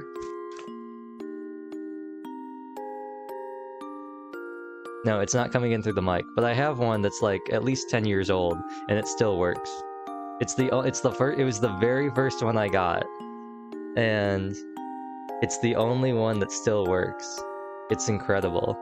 All the other ones, the batteries died like within a month, but this one I've had forever. I've had this one for so long. If I can find the rest of them, I'll see if I can dig them all up and I'll put a picture on Twitter. But yeah. Do I have a favorite? Oh, it's definitely the original one that I just was talking about. The Eastern Bluebird. In terms of the bird, the squeaky birds. Definitely that one. It's the classic. The first one I ever got, it still works, it's amazing. It's lovely. Somewhere as well, I have a rabbit that has a music box inside of it, and if you pull its tail, it plays, Twinkle Twinkle Little Star, I think. I don't know exactly where that one is off the top of my head. It could be buried in the basket, but it's a rabbit, and if you pull its tail, it's got like a crank on it. I guess it's got like it's like a wind-up toy, kind of, but if you pull on its tail, it'll like scrunch up, and then as it like unscrunches, as it like releases, the music box spins on the inside. Your flush game over 3,000 right now? I just got a bunch of birds. I've got a bunch of birds and animals. Ugh. My arm slipped off my chair. I've got like 20 penguins, and I've got a bunch of like tigers and stuff like that. I've got like the same 3 animals over and over again. Good collection of plushies.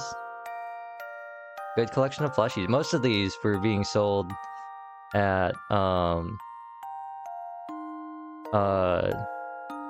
wildlife like nature conservatory that is somewhat close by. So I got a bunch of those when I was a kid. Go out hiking and stuff like that, seeing animals or just walking around, and then getting like a bird.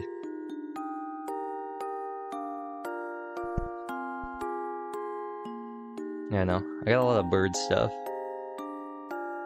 And then you go, well, why are you called Neon Jungle Tiger? And I go, when will you debut your alternate persona? Pastel Arctic Penguin? Pastel Arctic Penguin? The new debut? The new debut? I'll do a rebranding debut, I'll do a re-debut, new model, new overlays, new name, new everything. I'll abandon Neon Jungle Tiger, I'll be all about penguins. Like I already am.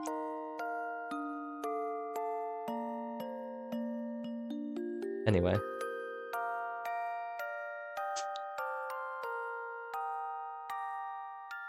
I'm gonna drink some more Mountain Dew.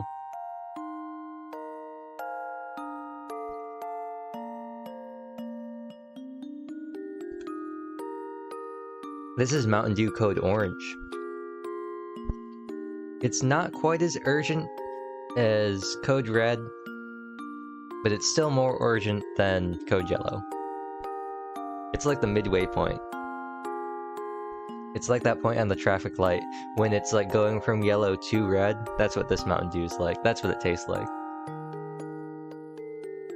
Anyway, while we listen to this music box, and now that I've explained my...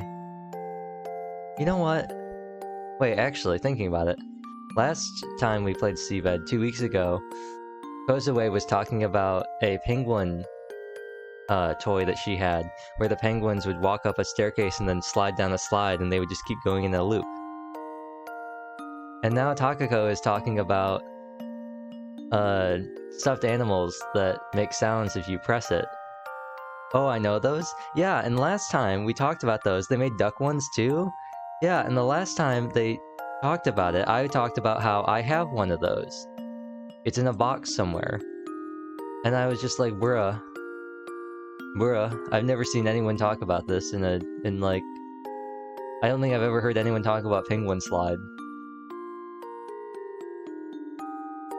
Yeah, it's wild. We've completely lost we've completely gone off track here. We've lost the topic of what we were doing. I spend 2 minutes or like 3 minutes to go look for plushies, and before we know it, the entire stream has been derailed.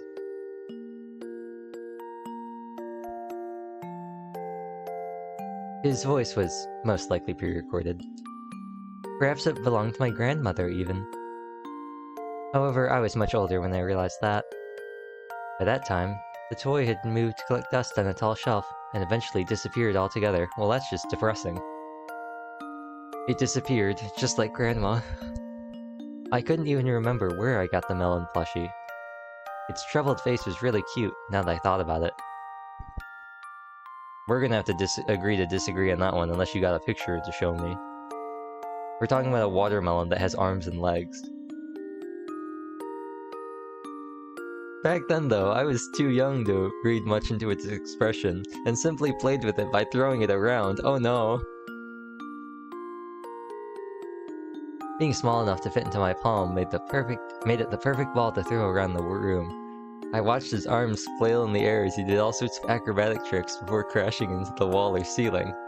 One day, however, I lost it. I only rediscovered it when I was already in high school. I was looking for something in the old closet when I found it all covered in dust. Despite the passage of time, its facial expression remained the same. The diary girl brought the doctor toy. Apparently it was the mascot of some hospital. Was it Doc McStuffins? It originally belonged to a kindergarten she attended, but she liked it so much that the nurse ended up giving it to her as a present. That's nice. We would sometimes take out our toys and play together when we were still in our early years of elementary school. This time we tried to make a play with our plushies as the character, but we failed to construct any sort of continuous story in the end. Is that it?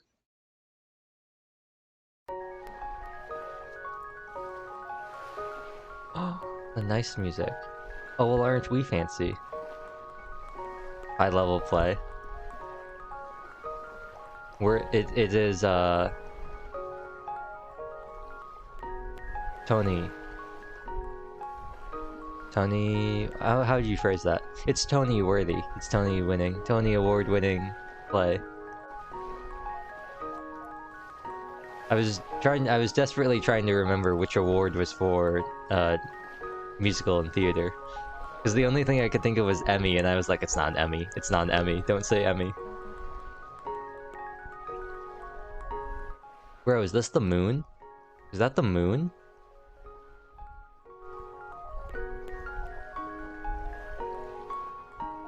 Is that the moon? Is that the moon that watches over you? Is that the moon that watches over you? I stopped the car and stepped out into the cape stretching into the sea. Only a low fence, its wood mostly rotted away, separated me from the water below. This looks like something. This reminds me of something. I came closer to look at the huge bridge partially obscured by the mist. I could see the port town beyond the dark sea. It kind of reminds me of Carmen Sandiego.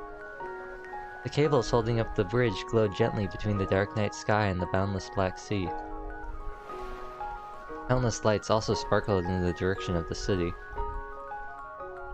This is bright enough to be seen from space, I bet. More than anything, that example makes me think of that TV show about squid games. I mean squid fishing. Isn't she wonderful? Sachiko, you've never looked more expressive. You've never had a less deadpan expression this entire game. She looks like a completely different person. It's her eyes. Hey, do you think that bright area on the bank was where that crab sign was? I pointed at the brightest part of the port town. They have night tours too, so it's highly possible. I wonder where the cable cars are.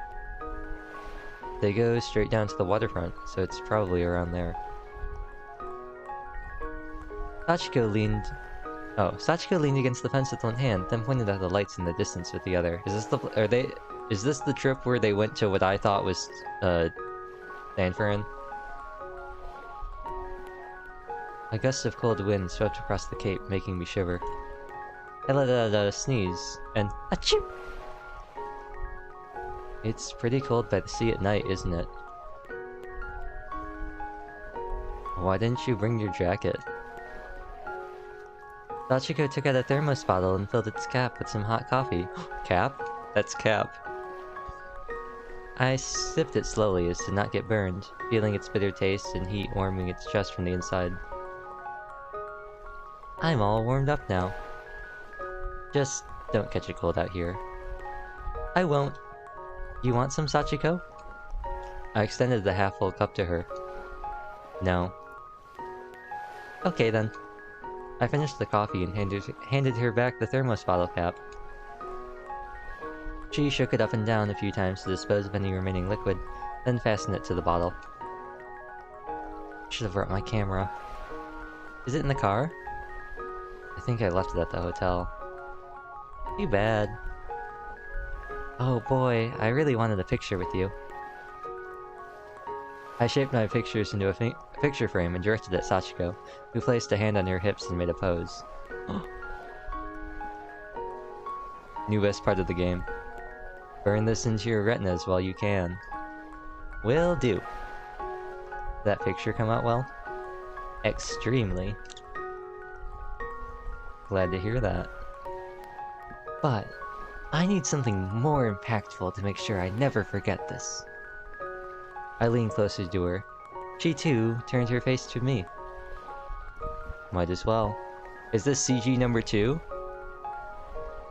Knew it. I knew it, this was gonna be another CG. I wrapped my arms around Sachiko's waist and pressed against her. Her long hair brushed against my hand. Scenery here is definitely something you wouldn't forget. I'm glad we came. Yeah. Makes me wonder how many people over there are even aware of the beauty of this town. I imagine it's not many.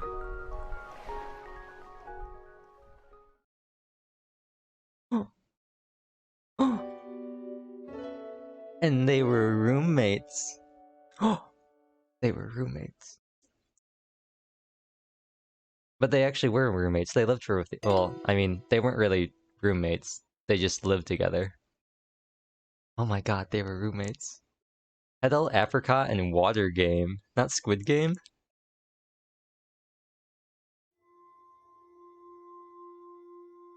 Soft footsteps reverberated between the corridor's walls as my heel slipped out of the slippers and hit against the floor with every step. The sound disappeared as I slowed my pace. The sun was still high in the west sky. It's the Wish version. No. That's Crab Game on Roblox. Roblox Crab Game. A long ridge extended in the background of the west ward. The sky, its hue a warm mixture of yellow, crimson, and purple, stretched above it. Also, there's I believe there's... What's it called? There's Squid Game in Fortnite. It's like really good.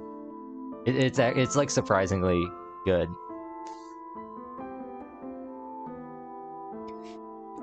It's like Among Us and Fortnite. They're both of those are really good.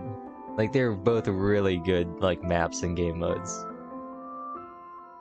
It was still relatively bright outside. This was the time when the interior lights would begin to flicker on. As I observed the patterns the artificial light cast on the windowsill, I tried humming the tune that I'd heard in the shopping district with Mayako, but couldn't remember the melody. In the end, it came out as a bit of a mess.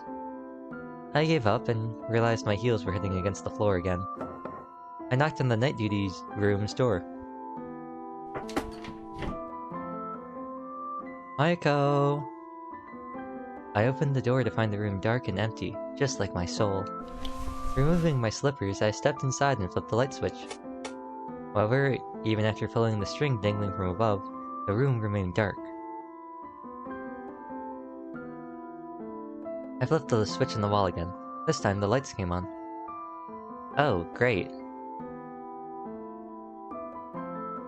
I let out a sigh and continued to the kitchen while stretching my hands.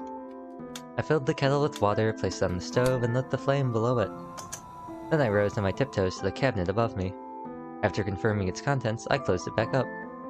Next, I opened the cabinet located further into the kitchen. I took out a pack of sweet bean jelly from it. It seemed to have hardened over time. I chopped it into small pieces, then placed them all on a small plate. I grabbed a pack of toothpicks, pack of toothpicks from the shelf and stuck one into each piece. As I removed 2 teacups from the shelf and finished washing the knife, a continuous high-pitched sound began filling the room.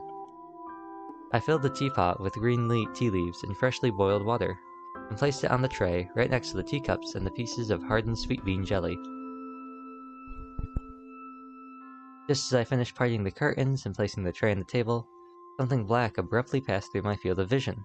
It was a baseball that just sailed through the window. Whoa! The tray clattered on the table as I staggered backwards a bit. Following the black thing with my gaze, I realized it was a butterfly that had somehow found its way into the room. The butterfly effect.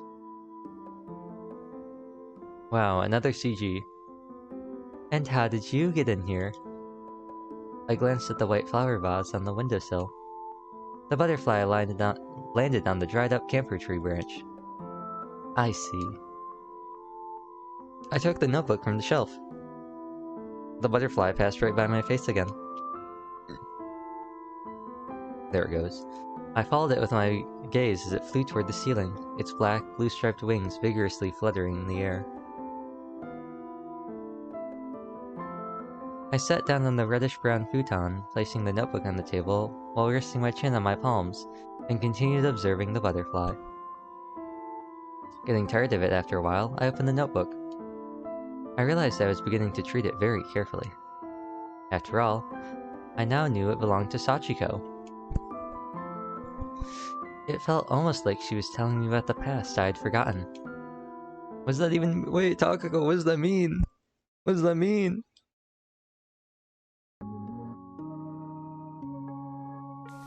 You can't just flirt with your girlfriend and then kiss her next to a river with a bridge in the background in the middle of the night and then see a butterfly and be like, ah, it reminds me of her. September 22nd, 1975. The clouds that had been covering the skies since early in the morning began to shower the ground with rain come noon, forcing us to change up our plans of playing outside and instead settle for a game of musical chairs inside. The children circled around a bunch of chairs as a simple piano melody played in the room. As I failed to grab a chair in the first round, I was now watching them play from the sidelines. Imagine if they played Megalovania for musical chairs. Takako was still with the others, alert and ready for the song to stop playing at any second. She had a dead serious expression on her face, reminding me of cowboys during quick draw scenes in western flicks. Oh, I guess this is Sachiko and not Takako. The music suddenly stopped. The children dashed toward the chairs. Takako was the first to react and started toward the closest one. But due to her position, she was further away from either of the chairs than the children around her. Takako gave up on the chair to the left, seeing how a boy had almost already reached it. Instead, she twisted her body and leaped toward the chair to the right. She crashed into the shoulder of the boy who was about to sit down on it, and swept him away before ultimately landing on the chair. The chair tilted to the side on two of its legs, but Takako managed to balance it back down. That day marked her first ever victory in the game of musical chairs. Her eyes sparkled in triumph. Takako received a golden origami medal from the nurse. She spent the rest of the day with that thing dangling from her neck. Takako's mother was the first to show up when it was time for us to go home. Before leaving, Takako handed the medal to me. I watched it sparkle in the evening sun until my parents came to pick me up. Well, isn't that sweet? Isn't that sweet? Look at these two. Childhood friends since preschool. All the way up until high school. Potentially went to the same college together. And then got employed. And then started their own business together. And then something happened. And maybe Takako died. But maybe she's also alive. I felt a bit sleepy as I finished reading that short passage. The butterfly was still flapping its black wings and was now flying in the direction of the closed window. I thought it would crash into the glass, but it slowed down just a few centimeters before that, instead landing on the curtain. Tired? Or perhaps it was sulking at the fact it couldn't escape. Just chill a little. I'm tired too. Besides, it wouldn't be nice of you to leave without even saying a word to Mayako, now would it? You see, in human society, that is called cannibalism and is frowned upon in most societies. Debts need to be repaid, even if it's just food and shelter. Don't you think that should apply to butterflies as well? It seemed as though the insect had shaken its head. It had its gaze fixed on the white vase. Specifically, the pupa still attached to a leaf of the camphor tree branch. Well, I guess your situation is a bit different. The butterfly remained still, seemingly considering my words. Perhaps it really was sulking about not being able to go outside. But why did I assume it wanted to go there to begin with? I gave it another scrutinizing look. Well, I can understand how you feel. I imagine it feels a lot better to fly in a wide open space while surrounded by fresh air. There are flowers with honey you can eat, and if you're lucky, you might even find someone to have children with. Pog the 4 level 25s? Yeah, it is pretty pog, isn't it? The butterfly slowly spit its rings, as if trying to say that I didn't need to state the obvious. And with that, I feel obligated to pull up our musical joke for the stream. So if you would all bear with me for a second. This is going to be our musical joke for the stream. We haven't done one of these in a long time, but I thought that now would be a pretty good time to do one.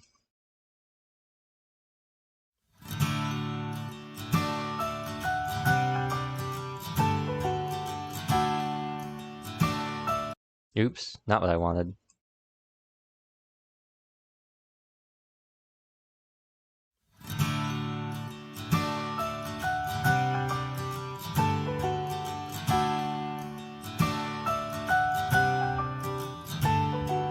When we know something is true beyond question or doubt, there's no particular point in pointing it out. Blue is the color of sky. Mothers all worry and old people die. A phone rings, a bee stings. It's something you don't need to hear. It's just clear. Why go stating the obvious? It's so painfully obvious. How could you miss something that's this plain to see? When it's glaring and staring right at you, so obviously sometimes the words we tend to withhold. They really just like skipped a whole part of the song. Okay. Well, they're exactly the words someone needs to be told, but oh, thinking they know, we never say I love you. I love you. I love you. I love you. 'Cause why go stating the obvious? It's so painfully obvious. How could you miss something that's this plain to see? When it's glaring and staring right at you, so obviously. Luigi's here. The first rule of stream, Luigi's almost always here. But yes, hello Luigi. The 4 level 25s. Yes. Oh wait. This is karaoke. I don't know the timing, but this is a different key, so I'll try it. and then I'll get back to SeaBed, I promise. You won't have to listen to me sing off key. Beyond question or doubt. I don't know the timing. There's no blue is the color of the sky. There's all worry and old people die. Phone rings, a bee stings, it's something you don't need. I don't know, this is flat. Come in chats to play SeaBed on April Fools and just give them the start game screen. Oh no.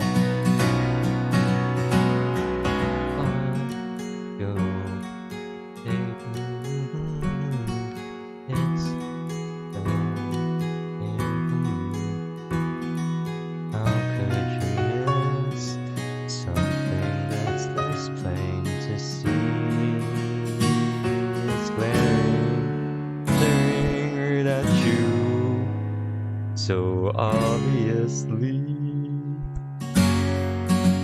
Turn the stream to karaoke? No. I'm just gonna see if I can do this with no cues.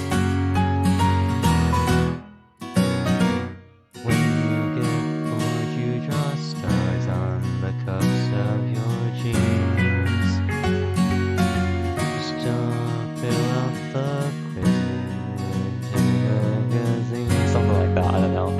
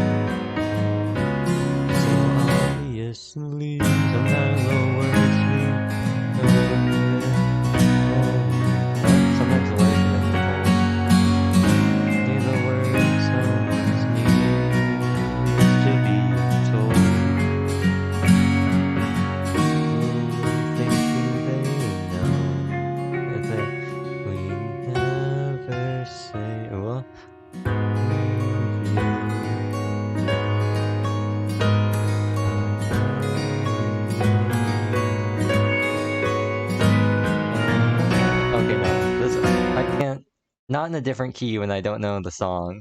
Let's see. Please carry me. Please carry me.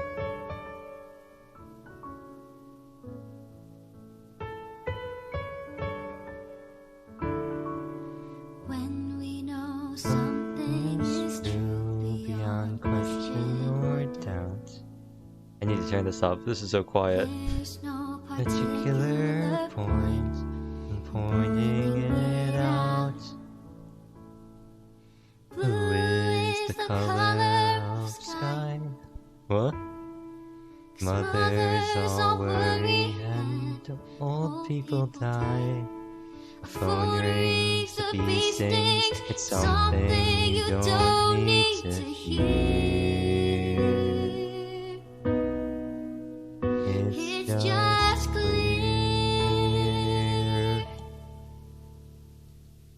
Why go stating the obvious? It's so painfully obvious. How could you miss something that's this plain to see when it's glaring and staring right at you? So obviously. Right? This is the song. The best song that's not in the musical. Get bored, you draw stars on the cuffs of your jeans. Still feel quizzes you find in those teen magazines. Okay, no, this is the second best song that's not in the musical. Like nobody's there. Awkward and perfect, you don't even care. Something courageous, amazing, contagious, and kind, all combined. Why go stating the obvious? It's so painfully obvious. How could you miss something that's this plain to see when it's glaring and staring right at you? So obviously, sometimes the words we tend to withhold, well, they're exactly the words someone needs to be told. Thinking they know. We never say I love you. I Love you. I love you. I love you. Oh, I forgot there was a fourth one. 'Cause why go stating the obvious? It's so painfully obvious. How could you miss something that's this plain to see when it's glaring and staring right at you? So obviously. Actually, no. Maybe this is the third best song that's not in the musical. I don't know. Maybe.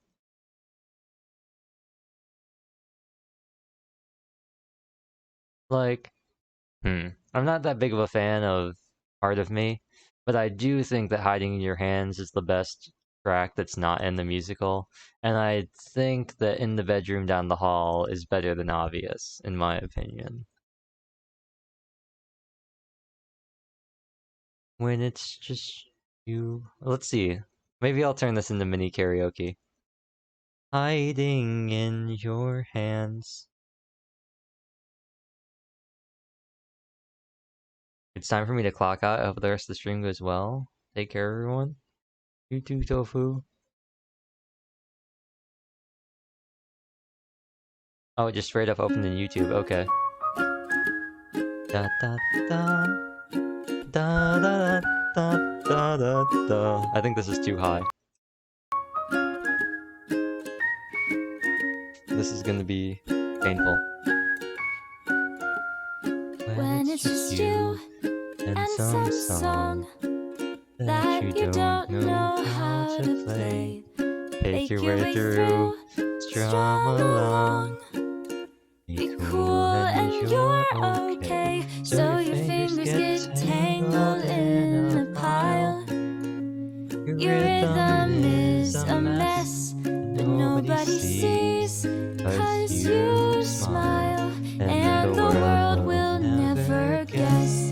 Can't let them know, 'cause no one understands your face. Can't show what you're hiding in your hands. Ugh. That was strange.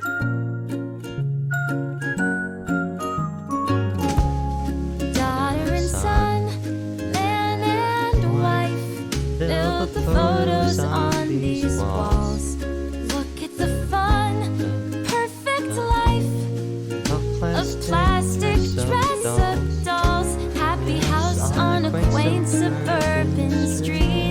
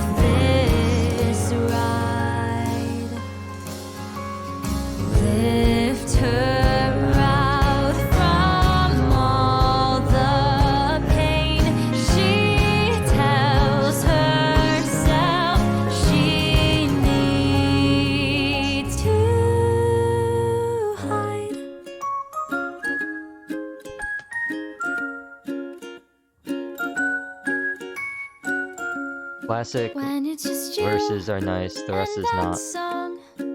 It's impossible to play. Make your way through, strum along, and everything's okay. Can't let them know, 'cause no one understands. Your face can't show.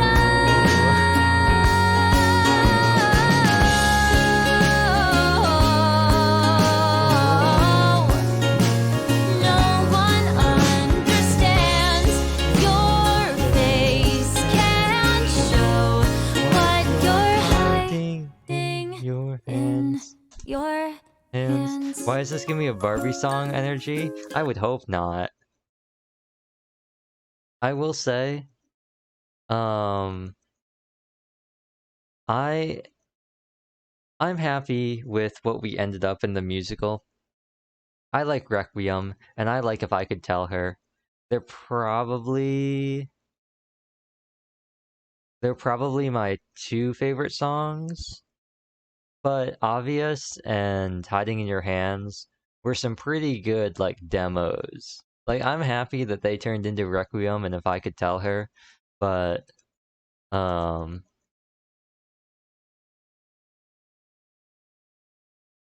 know, like, I would have taken Hiding in Your Hands and Obvious instead. Now let's sing If I Could Tell Her, which I know I can't sing. He thought you We're were awesome. You thought I was awesome? My brother? Definitely. How? Well, He said, there's nothing like your smile, sort of subtle and perfect and real. He said, you you never knew how wonderful that smile could make someone feel. And he knew whenever you get bored, you scribble stars on the cuffs of your jeans. And he noticed that you still fill out the quizzes that they put in those teen magazines. But he kept it all inside his head. What he saw, he left unsaid. And though he wanted to, he couldn't talk to you. He couldn't find a way. He would always say, if I could tell her everything I see. If I could tell her how she's everything to me. But we're a million worlds apart, and I don't know how I would even start. If I could tell her, if I could tell her.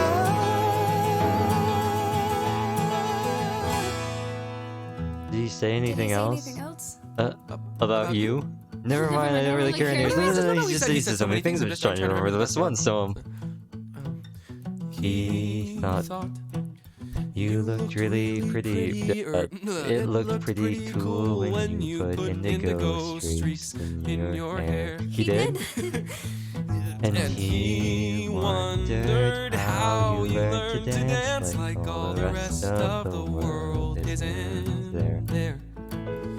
But he kept it all inside his head.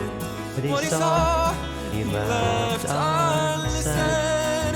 If I could tell her everything I see. If I could tell her how she's everything to me. But we're a million worlds apart, and I don't know how I would even start. If I could tell her, if I could tell her, but what do you do when there's this great divide?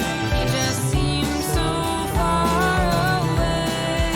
And what do you do when the distance is too wide? Like I don't know anything. And how do you say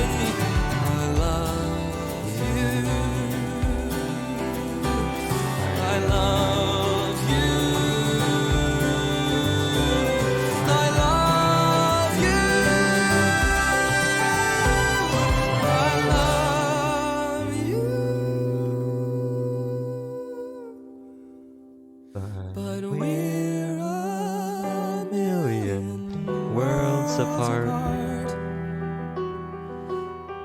And I don't know how I could hit the start note if I could tell her.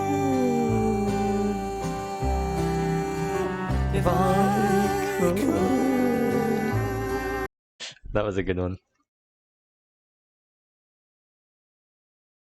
What else has it given me? What else has it given me in the thing? Wow, out of all the songs it could have given me from Heathers, it gave me Freeze Your Brain, bruh. It didn't give me like Dead Girl Walkin' or something. Watch out, JD, cause I'm your dead girl walking. His solution is a lie. No one here deserves to die except for me and the monster I created. Yeah. Anyway, back to the game. It's not all fun and games outside. If you're unlucky, you might get eaten by a bird or trapped in the web of a spider. If it rained, your wings would get moist and you'd have trouble flying. You'll face no such dangers in here. The butterfly remained still with its wings spread. Perhaps it was thinking. Or maybe the way it showed off the blue lines in its wings meant to convey agreement. I'll bring you a fresh flower if you stay. That's the least I can do. The butterfly slowly closed its wings. Or would you rather go outside after all? It spread its wings again. I thought I gave it a pretty good deal, but the butterfly didn't seem all too fond of it. Okay then, but you'll still have to wait until Mayako comes back. I glanced out the window. The evening sky, with hues of yellow, crimson, and purple mixing into its canvas, loomed above the gentle mountain range in the distance. I'm sure she'll be back before dark. I placed one of my hands in the notebook and rested my chin on the other. Humans tend to stay with each other, but what about butterflies? I returned my gaze to the butterfly. Maybe you'll change your mind come morning. Sanai said that it gets comfortable staying in the same place once you get used to it. The butterfly remained completely still with its wings spread. Perhaps it was waiting for the window to open. It seemed like it wanted to soar the high skies. I remembered how I likened Sanai to a fish drifting off to sleep, before drifting off to sleep once. Although fish swam in the sea, while butterflies soared through the sky. Aside, back then, I was thinking about which place Sanai had adapted to, rather than where she wanted to be. I remember how she asked me if I wanted to leave. It was nice to eat snacks with Mayako, read books with Sanai, and make fun of Kozue from time to time. The Christmas party had turned into a fond memory. If I kept arranging events like that from time to time, I figure I'd never feel bored. I was certainly satisfied enough with this place to recommend it to the butterfly. Sanai said she lost any reason to go outside. I felt like I could understand what she meant now, more so than back then. I touched my ears. Maybe I'd soon be able to breathe underwater as well. I felt like I would if I remained in this place for a while longer. I'd turn into a fish, not a butterfly. I was slowly getting used to the serene life in here. That much was certain. Was that a good or a bad thing? I didn't know whether I wanted to stay here or leave. No wonder I couldn't understand the butterfly. It stayed still with its wings spread out. I fell in thought, gazing at the dazzling blue stripes on them. Staying here would be the easiest choice, but it would require little effort on my part and contain no risks, but I looked at the darkening sky, feeling my head growing heavy. I raised my chin from my palms, lowered my hands on the table, and instead placed my left cheek on them. Finally, I dug my fingers into my hair to support my head. This position was the result of many years of experimenting and research. It served me well since my school years and continued to be of use even after I joined society as a working adult. Though it was easy on the neck and the arms, it would mess up my hair, though there was still some room for improvement. I closed my eyes, savoring the comfort it provided me with. My exhausted body was on the verge of drifting off to sleep. However, much like last time, a butterfly and Sana in the form of a fish appeared in my mind's eye. I can't believe I'm actually treating this butterfly business so seriously. Perhaps I relaxed a bit too much. It wasn't like me to doubt myself or to be tired to begin with. I felt the sensation of the notebook's leather cover against my skin. The Takako I read about was always energetic and pursued her goal straight as an arrow.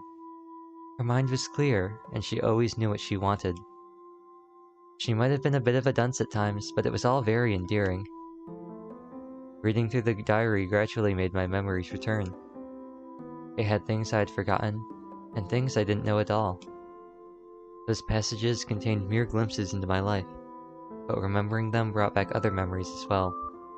They made me recall certain episodes of my life in striking detail, right down to the various scents I experienced on a given day.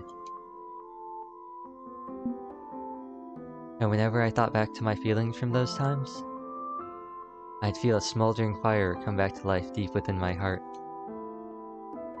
Sachiko brought back feelings of anxiety and uneasiness I had long forgotten. My memories of her warmed and brought the rusted mechanism of my heart back to life. Almost like they were repairing the missing cogs of the contraption, returning them to their intended positions. And yet, this was but a small, insignificant agitation of my heart at best. It was no more significant an action than an ant climbing upon an elephant's back, or the faint ripples caused by a pebble thrown into a pool of water. If I closed the notebook, the feeling would vanish, as if it was never there to begin with. Sanae said that the more she got used to this place, the harder it began to leave. Back then, I didn't think much of it. Yet now, I couldn't tell whether that was a good or bad thing. I put those two on imaginary scales. The arrow continued pointing at 0, refusing to move. But that wasn't enough of a reason to leave. I want to meet Sachiko one more time before I end up stuck here forever. I was sure that meeting her would help me remember everything, and would fix the ringing in my ears as well. Should I remain here or not? I might find the answer to that question if I met her. I have to see her. As I found myself lost in those thoughts, the fish and the butterfly slowly drew away from the back of my eyelids. Interesting.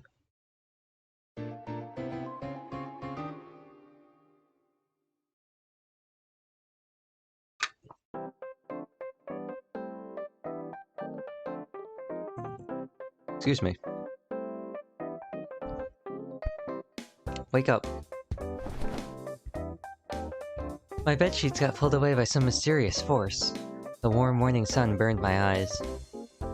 Just 5 more minutes. Your coffee will get cold. The hand I extended toward the source of the voice fell limp on the bed. I can't fight gravity. Thinking that made me feel even weaker. My body is getting heavier and heavier. At this rate, I'll start to sink into the mattress and create a black hole sucking in everything around me, light included. That's amazing. Why not pitch it to this physics conference? Anyway, quit goofing around and get up already. We're leaving as soon as you get dressed. I don't wanna... I reached out and pulled the first thing I grabbed to myself. Sachiko fell on top of me. And they were roommates. Opening my eyelids, I saw her black eyes staring back at me. I raised my neck slightly and kissed her lips. I was once again blinded by light, as she pulled her head, and thus her curtain of dark hair, away from me. A moment later, she hurled her handbag at my face. They say this helps people with low blood pressure. Oh, no, they say this helps people with low blood pressure. Then get out of bed already. Okay. This is the room that we saw from the memory. From the tip. From room 208. As Sachiko climbed out of bed and got changed, I handed her the bag resting on my knees. Your fried eggs are on the table. I love you, Sachiko! Yeah, great. Sachiko left the room. She jumped out of bed. I jumped out of bed and stepped out onto the corridor.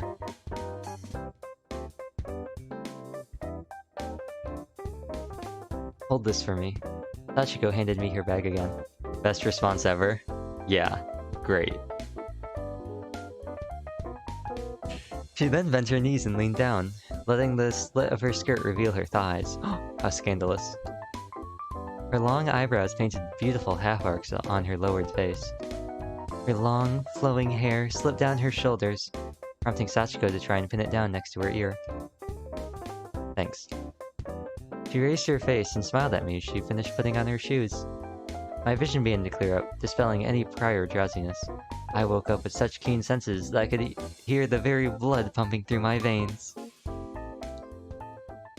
Takako's got some of the best. She's got some of the best interactions with Sachiko.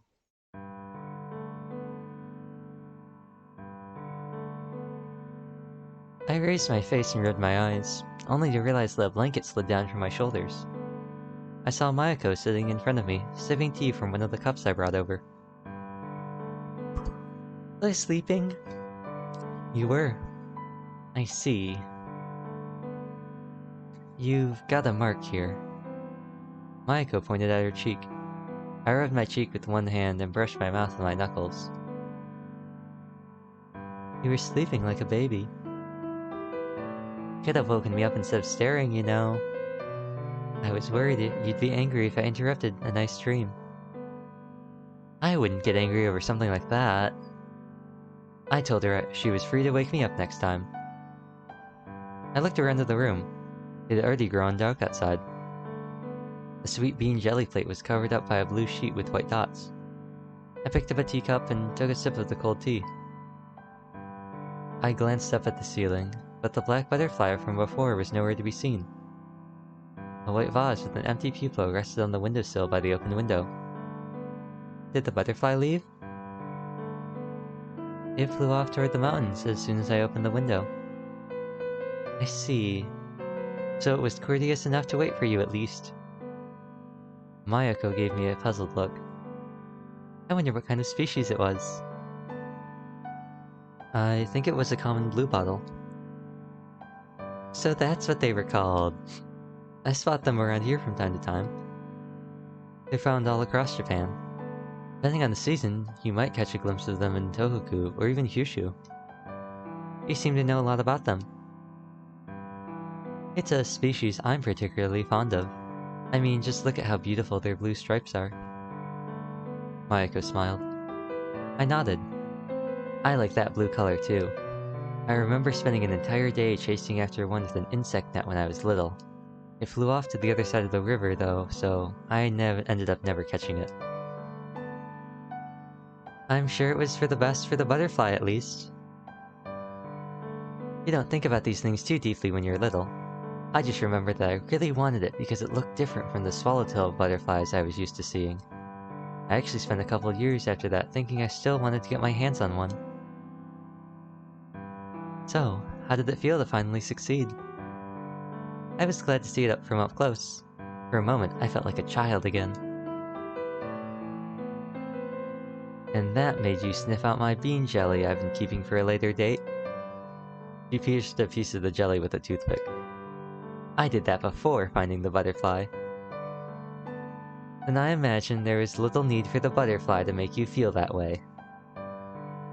I smiled as she gave me a reprimanding look. Well, it's alright, but there are some confectionaries I'm keeping for guests.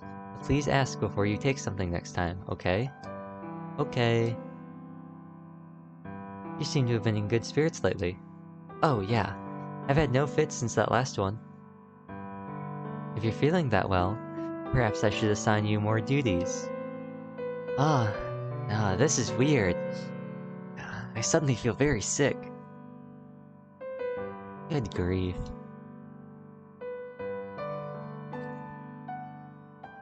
I yawned and took another sip of the tea. Are you still sleepy?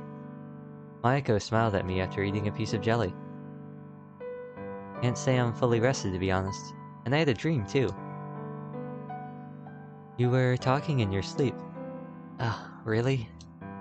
What kind of dream did you have? It was from the time when I was living with Sachiko. Mostly just dull little things like frying eggs in the morning, or seeing her off at the entrance as she left for work. I tried remembering more, but by the time I woke up, the whole thing had slowly melted away, like sugar in warm water. So, she's the one you live together with? As I answered with a quick, yep, Mayako seemed to fall in thought for a moment. Do you still love her? I don't know. I loved her more than life itself before we separated. But we're not together anymore. I can't tell when she's not around. I see. Mayako appeared to have fallen in thought again. Curious to learn what she was thinking, I strained my ears, almost expecting to hear her thoughts. I picked up a teacup and pretended like I was inspecting its bottom. I felt like I could hear the flapping of a butterfly's wings. I stole a glance at Mayako's face. She looked back at me, her eyes a bit narrower than usual. I wished it was a look of jealousy, or merely an attempt to read my expression. Unfortunately, it was nothing so lighthearted. It was the look of someone cornered by something. She looked just like Sachiko when she wanted to discuss something serious. In moments like that, I too would take care to watch what I'd say. Sachiko would always wait until I found the right words, no matter how long it took. It's gotten pretty cold, hasn't it? Said Mayako after a long silence. Like a fish leaping out from beneath the calm, mirror-like surface of a lake. Mayako stood up and walked to the corner of the room, and flipped the light switch on the electrical heater. Its two pipes lit up in red. After confirming the amount of remaining water on a panel, she walked to the kitchen and returned with a cup, the contents of which she poured into a tank. I thought about Sachiko as I observed her. I had spent most of my life with her. I tried remembering the exact number of years. I met her 23 years ago. I could still remember that quite vividly. The moment I met her near that sandbox when I was just 5, and when we finally separated. When we separated. I tried remembering how exactly that went down, but I couldn't recall a single detail about it. It was like all my thoughts led me to a blindingly white room. But she was still someone I spent most of my time with. That alone was definitely true. And the diary I had now proved it. In all the entries, I was always by her side. The more I thought about it, the less I could understand why we ended up parting ways. Well, according to Sachiko's side of the story, it's because you're dead. It's because you're 6 feet under, Takako. Which makes this whole thing very confusing. I don't know whether you're alive or not.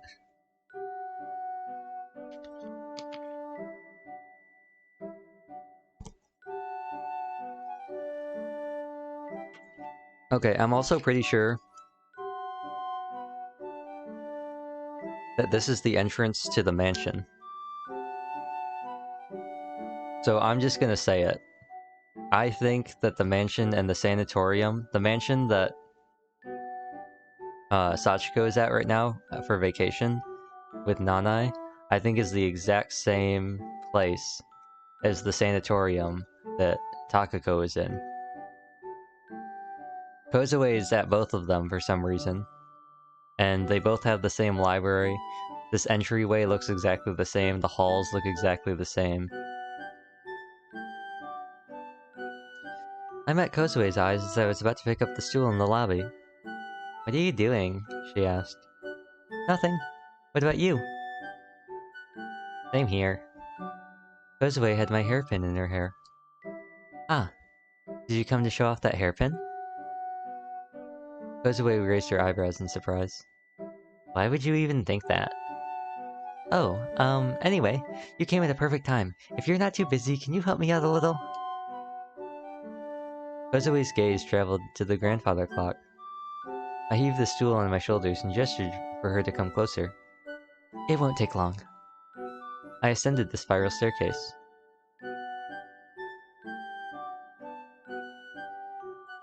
Kozue followed me in silence. I stopped in the middle of the stairs, placed the stool below one of the lights, kicked off my slippers, and climbed on it. Could you hold it for me? Kozue placed her hands on the stool to steady it. I reached out to the lamp and seized its light bulb. I screwed it out of the socket and put it into my pocket, then moved the other light bulb from my mouth to my hand and screwed that into the socket instead. You're like an electrician. Actually, I got the qualification for this kind of work back in school. I'm the real deal. Really? I can fix most anything when it comes to home electrical systems. My light keeps randomly turning off. You mean the light in your room? Yeah. I'll give it a look once I'm finished with this one. Thank you. I stepped down from the stool and carried it to the next light. Once again, Kozue helped steady it for me. I climbed back onto my stool and reached under the lampshade. Sitting on the tripod, I unscrewed the seal on the ceiling. I pulled back a bunch of wires and found one with damaged insulation. The door opened as Kozue returned with Mayako.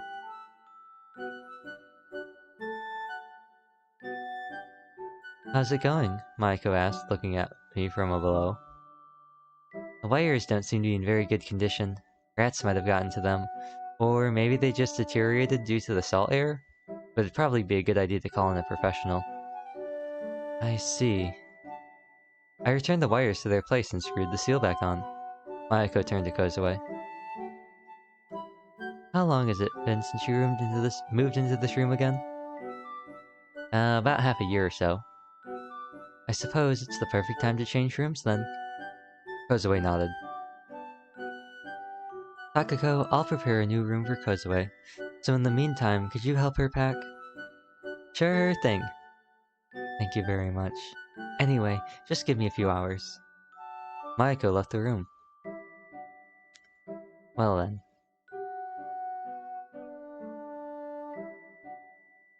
I looked around the room, with only a single bed and a lone shelf inside. A tripod stood in the middle, a few crumbles of plaster from the ceiling laying beside it.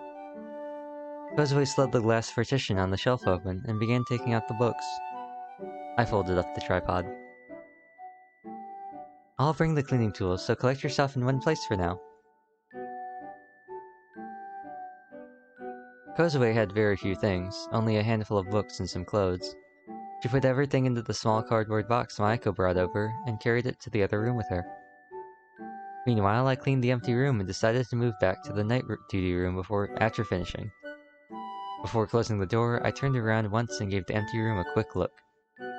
The space that had been Kozue's just moments before now had no trace of her left.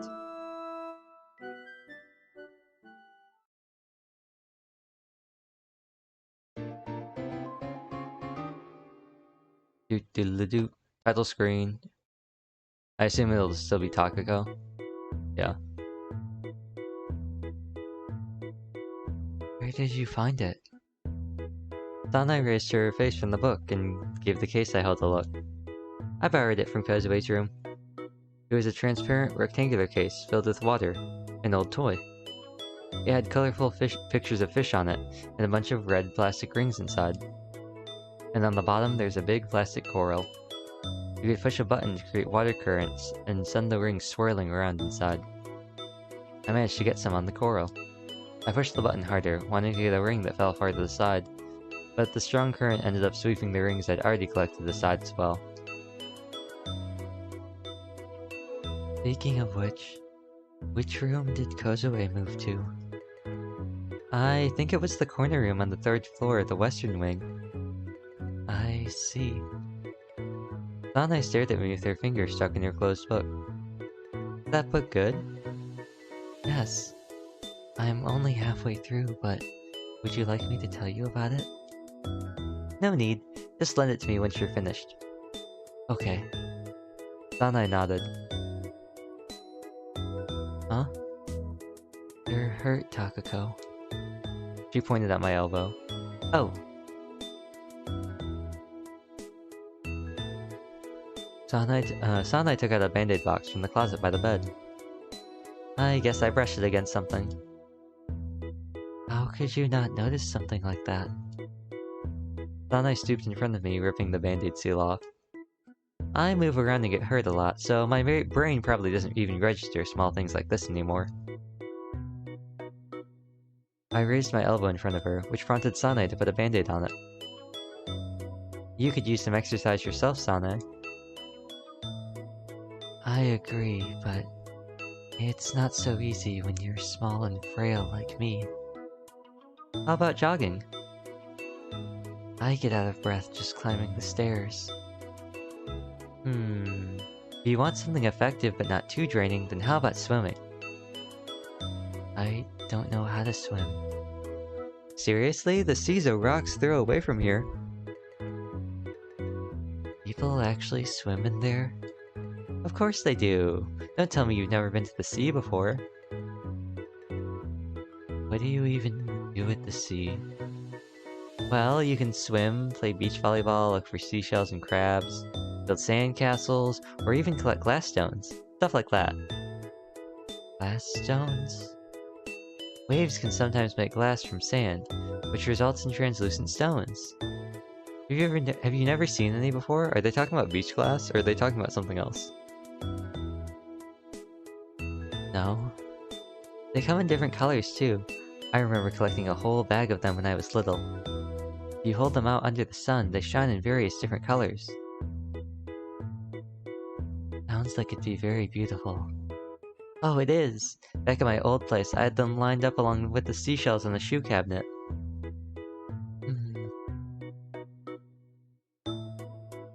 One of my relatives made this mosaic picture by sticking them to a canvas. I mean, not professionally or anything. It was more like part of a school project, I think? Either way, it was a scenery of colorful fish swimming in the blue ocean.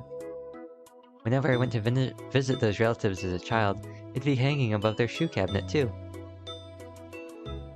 It was about this big too. I gestured with my hands, conveying the dimensions of a piece of A4 size paper. That sounds a bit like a stained glass window. Yeah, sort of. Honestly, I wanted to make something like that myself. But I'd only now just remembered it.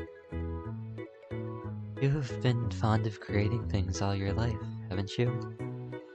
Yeah, I even joined the pottery club back in elementary school. What did you make there? Oh, I remember making a vase and an ashtray. I didn't have enough clay, so my vase ended up too small to stick a flower in it. But I shaped it like a tulip instead, which turned out to look pretty nice, so I liked it. It wasn't me, but the teacher that made the final glazing, so it ended up brown. Makes me wonder if they just had no red dye at all. The ashtray was a present from my grandfather. I noticed that he didn't have one at home. He used it for quite some time after that. It always made me happy to see it on their table when I went to visit. A pottery club sounds fun. It's nice to actually have something tangible after all your efforts. Did you make anything else? I guess I made a bookmark, if that counts. You fill a little bucket with water and throw your watercolors in it. The colors mix in all sorts of patterns, and then you get something cool looking if you let a piece of paper float and soak in it for a while. Oh, I remember doing that in the past. I also made a hand from paper mache. I remember doing that too. It's where you use some thick wires for the base skeleton, coil some string around that, then add the paper mache, right? Yeah, that's right. We made masks, kites, and stamps from it.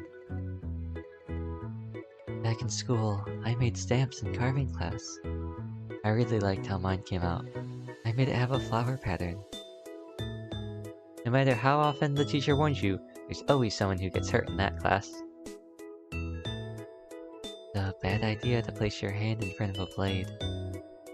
Better safe than sorry is what you have to keep in mind in that class.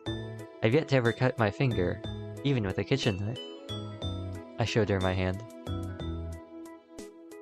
Isn't that just because you never cook? Hey, I do cook sometimes. I can even peel a potato with a knife. Then peel an apple for me next time. Sure thing. I took her on. For a moment, Sanae's face looked like Mayako's to me. Is something the matter? No, I just wondered about my position in this house. Huh? Anyway, yeah, I made a lot of things. Now that I think about it, I made more stuff than I could even remember. I wonder if children are still like that these days. I wouldn't know. We can ask Kozue about it later. For us, it might be a sweet memory, but for her, it's still school. I doubt she'll be able to consider it fun the way we do. Yeah, school ruins a lot of things. Some of my most boring classes made it feel like time had just stopped. Oh, we truly did touch upon a lot of things in school, didn't we? I mean, even if we're talking about art class, we made so many different things when we were there. But life becomes far more monotone once you graduate. Yeah, I continued making things though. Now that you mention it, you worked as a designer, didn't you? Did you choose that career because you enjoyed creating things ever since you were little?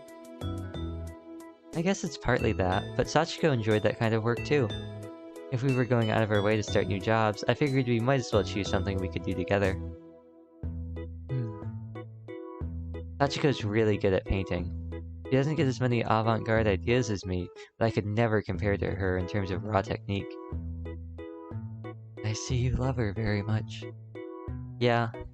Anyway, would you like to go look for glass stones sometimes? That sounds nice. We could decorate Kozue's room with them later. She had very few things.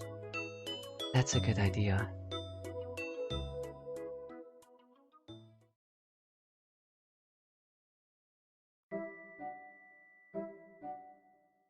I climbed all the way to the third floor of the western wing, then continued down the corridor. I opened the door to the corner room. Coming in, Kozue! Kozue had yet to receive her room key from Mayako, meaning it couldn't have been locked. Hey, don't come in without permission. Don't be a buzzkill. I'm not joking around, okay? Kozue regarded me with a reproaching look. I shrugged and asked what she was doing. I could see the vast golden sky peek through the window. Kozue had been stooping by the shelf next to it. Nothing. Did something happen? She began returning the tower of books she had by her feet to the shelf. Were you looking for something? The last thing she placed on the shelf before sliding the glass door shut was a sheep-shaped clay figure. I borrowed your toy with rings and fish, if that's it. That's not what I'm looking for, though. There was nothing in her room besides that shelf and the bag on her bed. Maybe you left it in the previous room. I'll go take a look. Can you tell me what this thing is exactly? Don't bother, it's nothing important. You don't need to be shy with me. It's something small enough to fit in the shelf, right? I left the room, not waiting for an answer. I vaguely heard her say that I didn't need to bother. I walked down the corridor, descending the spiral staircase, and emerged on the second floor. A large cloud was blocking the sun. The lights in the corridor lit up.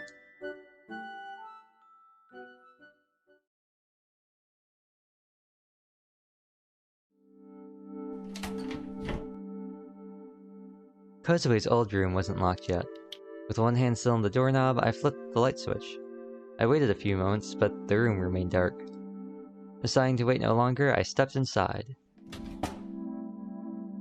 As I let go of the doorknob, the door closed behind me. I could no longer see a thing. I took out the flashlight I'd prepared.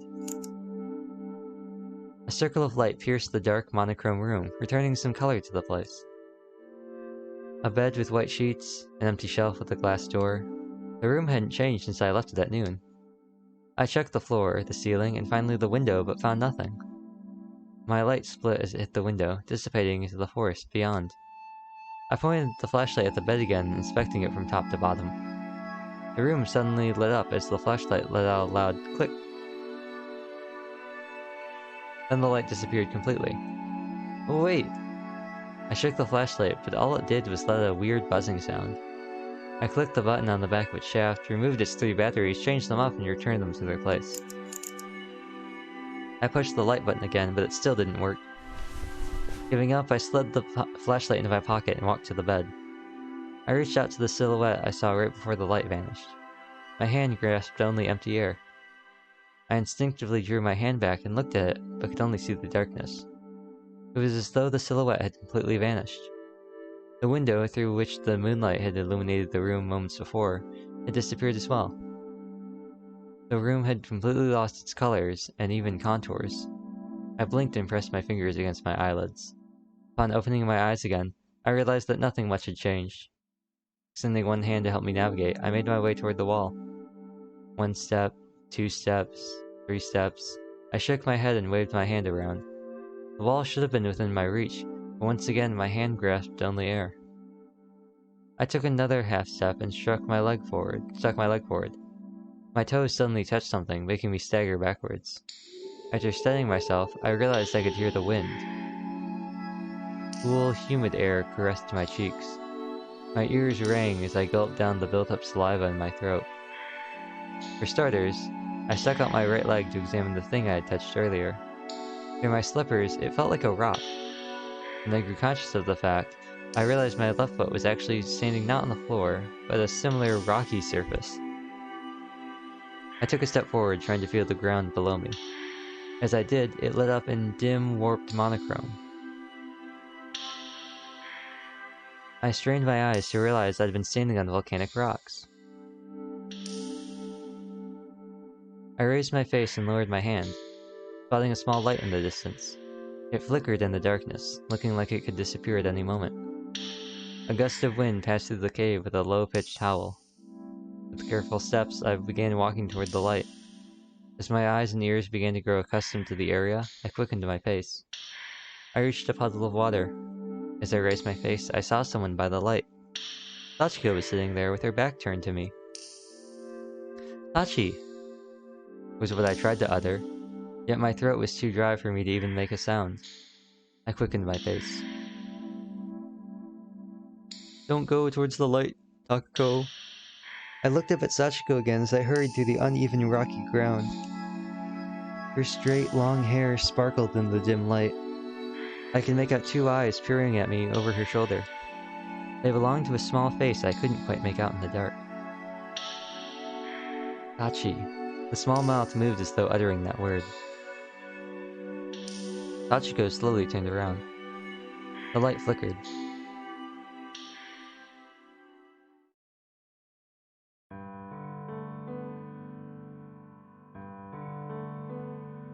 Takako.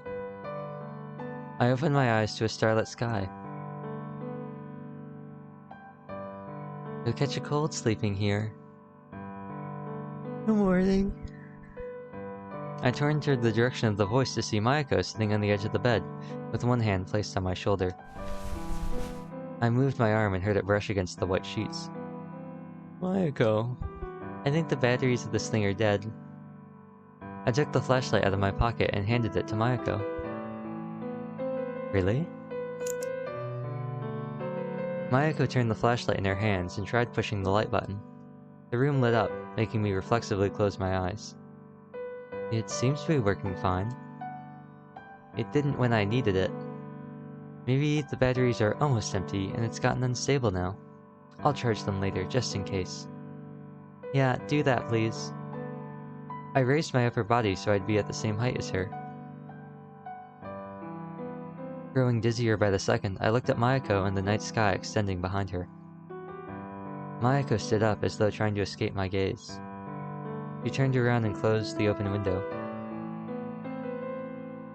"Why were you sleeping in a place like this?" I glanced at the door, noticing the bright corridor beyond it. "Kozue forgot something in here." "I checked the room after you cleaned it. There was nothing here." "I didn't find anything either." I turned and lowered my feet from the bed and into my slippers.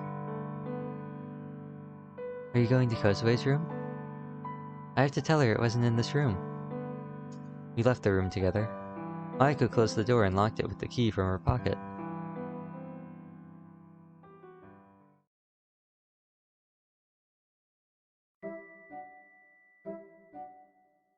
I climbed the staircase of the western wing to the 3rd floor and continued down the corridor, careful to not let my slippers make a sound. I could see light coming from a gap in the corner room's door. I walked over to the door and swiftly opened it. "I'm back, Kozue." Kozue raised her head from the book she was reading on her new bed, and gave me an indignant glare. I think I'll start locking my room. Geez, is this how you thank me for looking for your stuff? Kozue's gaze wandered for a second, but soon returned to me. So, did you find anything? Don't tell me you've forgotten. I sat down in the chair by the bed. There was nothing in your old room, unfortunately. I see. Mayako said she checked it, but didn't find anything either. You can forget about it then. Kozue turned a page in her book. Wasn't it important, though? It's not something I can't live without. How come it took you hours to check a single room? Were you worried about me? No. You might be saying that, but I bet you wanted to check up on me. You were just too embarrassed to actually do it, and then you were worried that we might end up walking past each other. How on earth could you arrive at that conclusion? I bet I could get a PhD just from examining how your head works. I could be your assistant. Kozue snorted and returned her gaze to the book. Whatever. This is getting dumb. Glancing out the window, I saw the mountains under the dark blue sky. The lights of the port town sparkled gently below them. View's a lot better from the third floor. If you have no more business with me, I would appreciate it if you left. Mayako said dinner's gonna be ready soon and is wondering if you'd care to join us on the first floor. I see.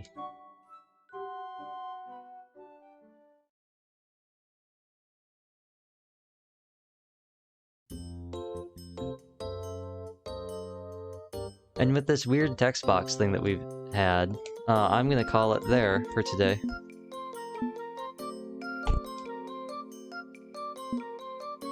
Yep, that's where I'm gonna call it for today. I believe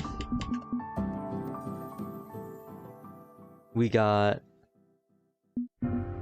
Yes, we got 3 new tips that we will look at.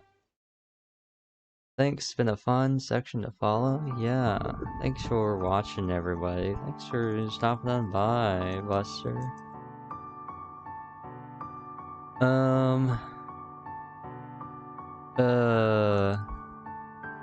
I don't know. I might hold off on the tips. I might hold off on doing these because I don't know. It seems like there's an... Now that I've figured out that we don't get these like in order, like we got tip 2, but then we also got more stuff for tips 1. I might do these all at the end, potentially, like at the end of the game, after we get them all, because there is an overarching story, and it might be better to just do them all one after another. As for this, still don't know what this missing CG is. And we got 4 new ones. I recommend doing them roughly when they're unlocked. They kind of tie into the story. Okay. Then we can start off with... sort of. We can start off with... Flower Petal, Apricot, and Water Game next time.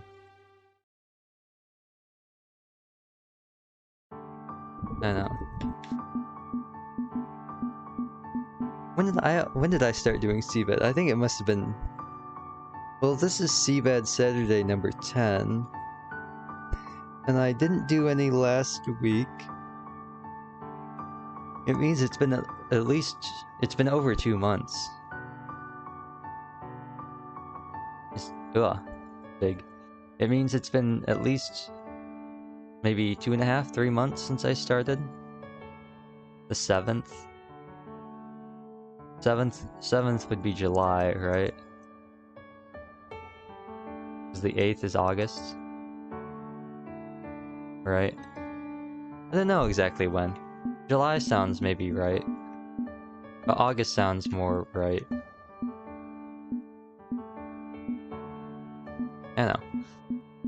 I know we went a long time before we got out of the prologue, so we're on chapter 5 now. I'm assuming we only have 1 chapter left. I'm going to assume that we have... the remaining chapter 5, and then chapter 6, just based on our gallery. Because these 7, and I guess I didn't ever see that. I don't remember ever seeing this in the, or maybe it was this one. There's one of these. I think I accidentally skipped.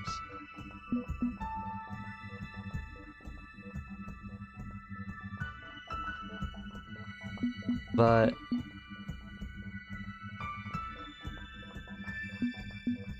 these were all part of like the prologue, and I guess these kind of were too. And then they kind of picked up. But I don't know. Oh no, we still have a decent amount. We probably maybe have a couple more chapters, actually, thinking about it. Because this is only 4 of 6. We just got into the 4th page. And we still got all of page 6 and page 5.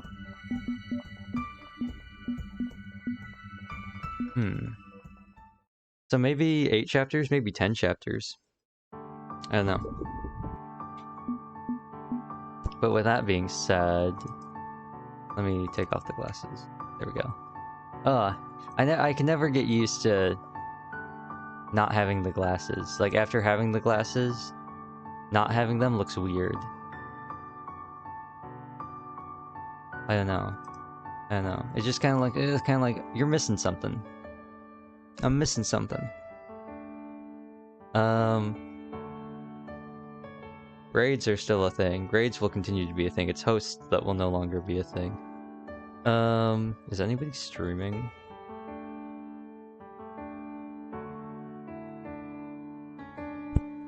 The people...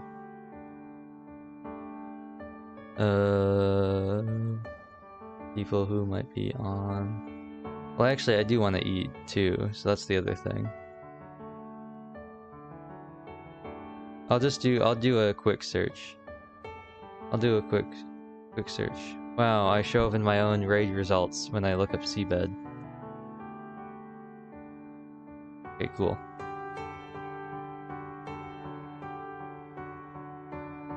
Cool. No, okay. Okay, cool. Well, let's move over here. There is just nobody to raid, I guess. I mean, I could go raid some random person, but we've already established that I don't like raiding random people because it's kind of random people that like aren't playing the game that I'm playing. Since nobody else is playing SeaBed, I didn't want to just be like, hey, random person, thanks for the stream, yeah. Oh. Yesterday, I forgot to do this. I just remembered because I was going to check just now. Yesterday, I forgot to give out the bonus points because we had a slight bit of dropped frames. So I'm just going to, like, broadly give everybody 112 bonus points. Yeah.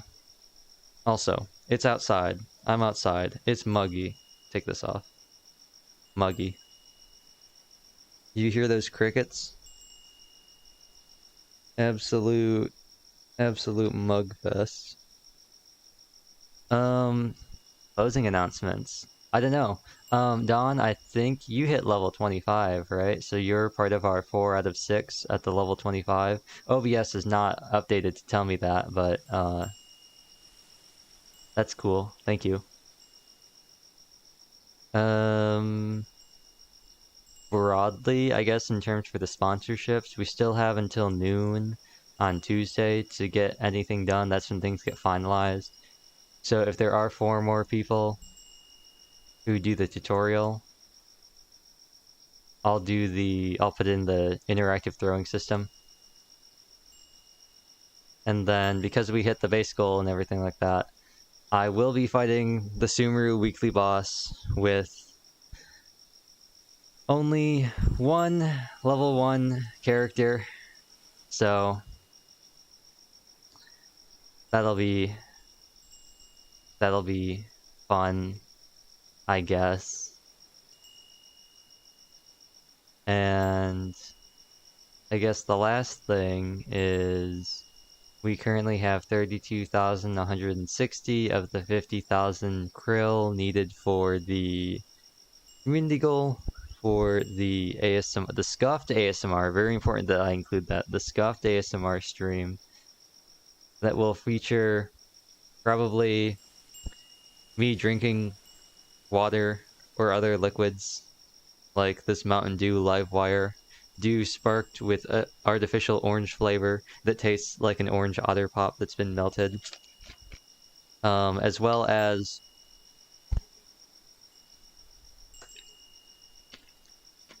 probably, I don't know, like some pretzels or something. I don't know. Pretzels, maybe some cereal. And I've got like some 4-year-old like hard candies somewhere that I'll dig out and I can rattle those around against my teeth and my mouth and everything like that. And that might be fun to listen to. And then any other cursed things that you can think of the day of. Water drinking stream.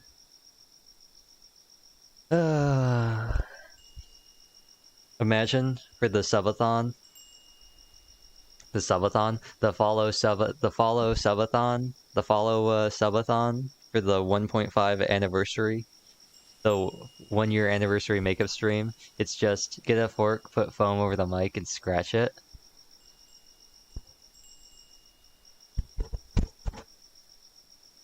Wait.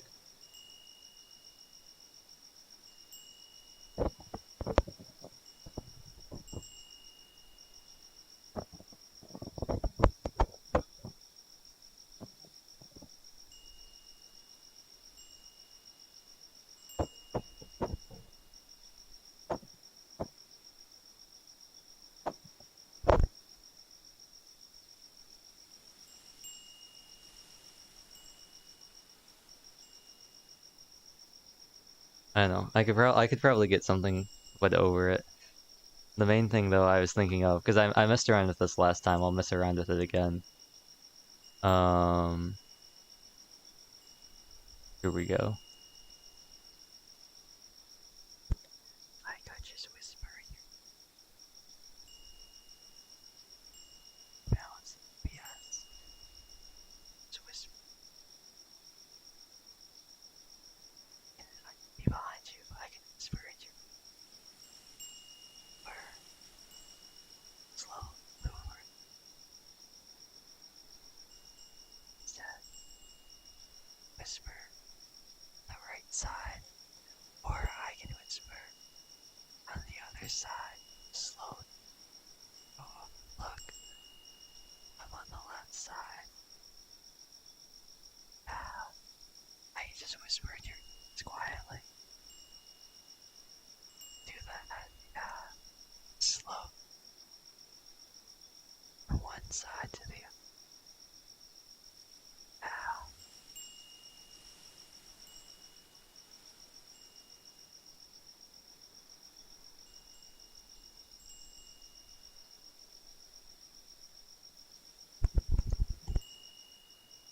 Yeah, I could do that.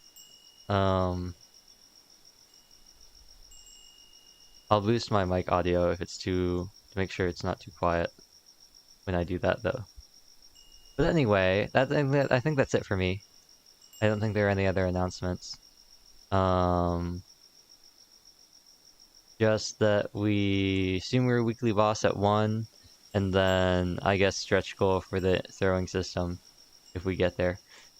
And with that, oh yes, Dawn, getting in there right before the stream ends. Did it let you donate? Oh no. Never mind. I was gonna say, did it let you donate more than 2,000? No. It was at 32,160 and it went up to 34. So that's a 2,000. I think we'll hit that. We should hit that. We've got over 2 weeks left. I think that's enough. But yeah, that'll be it for me.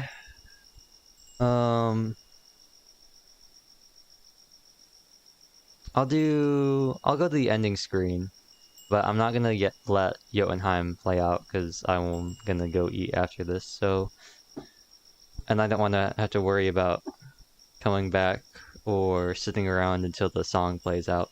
So, I will just shortly end it afterwards. Thank you for the stream. Thank you all for watching once again. Damn. I'll see if I can maybe put out the, if I can make my funny Avril Lavigne SeaBed video. And I will see all of you hopefully on Monday with...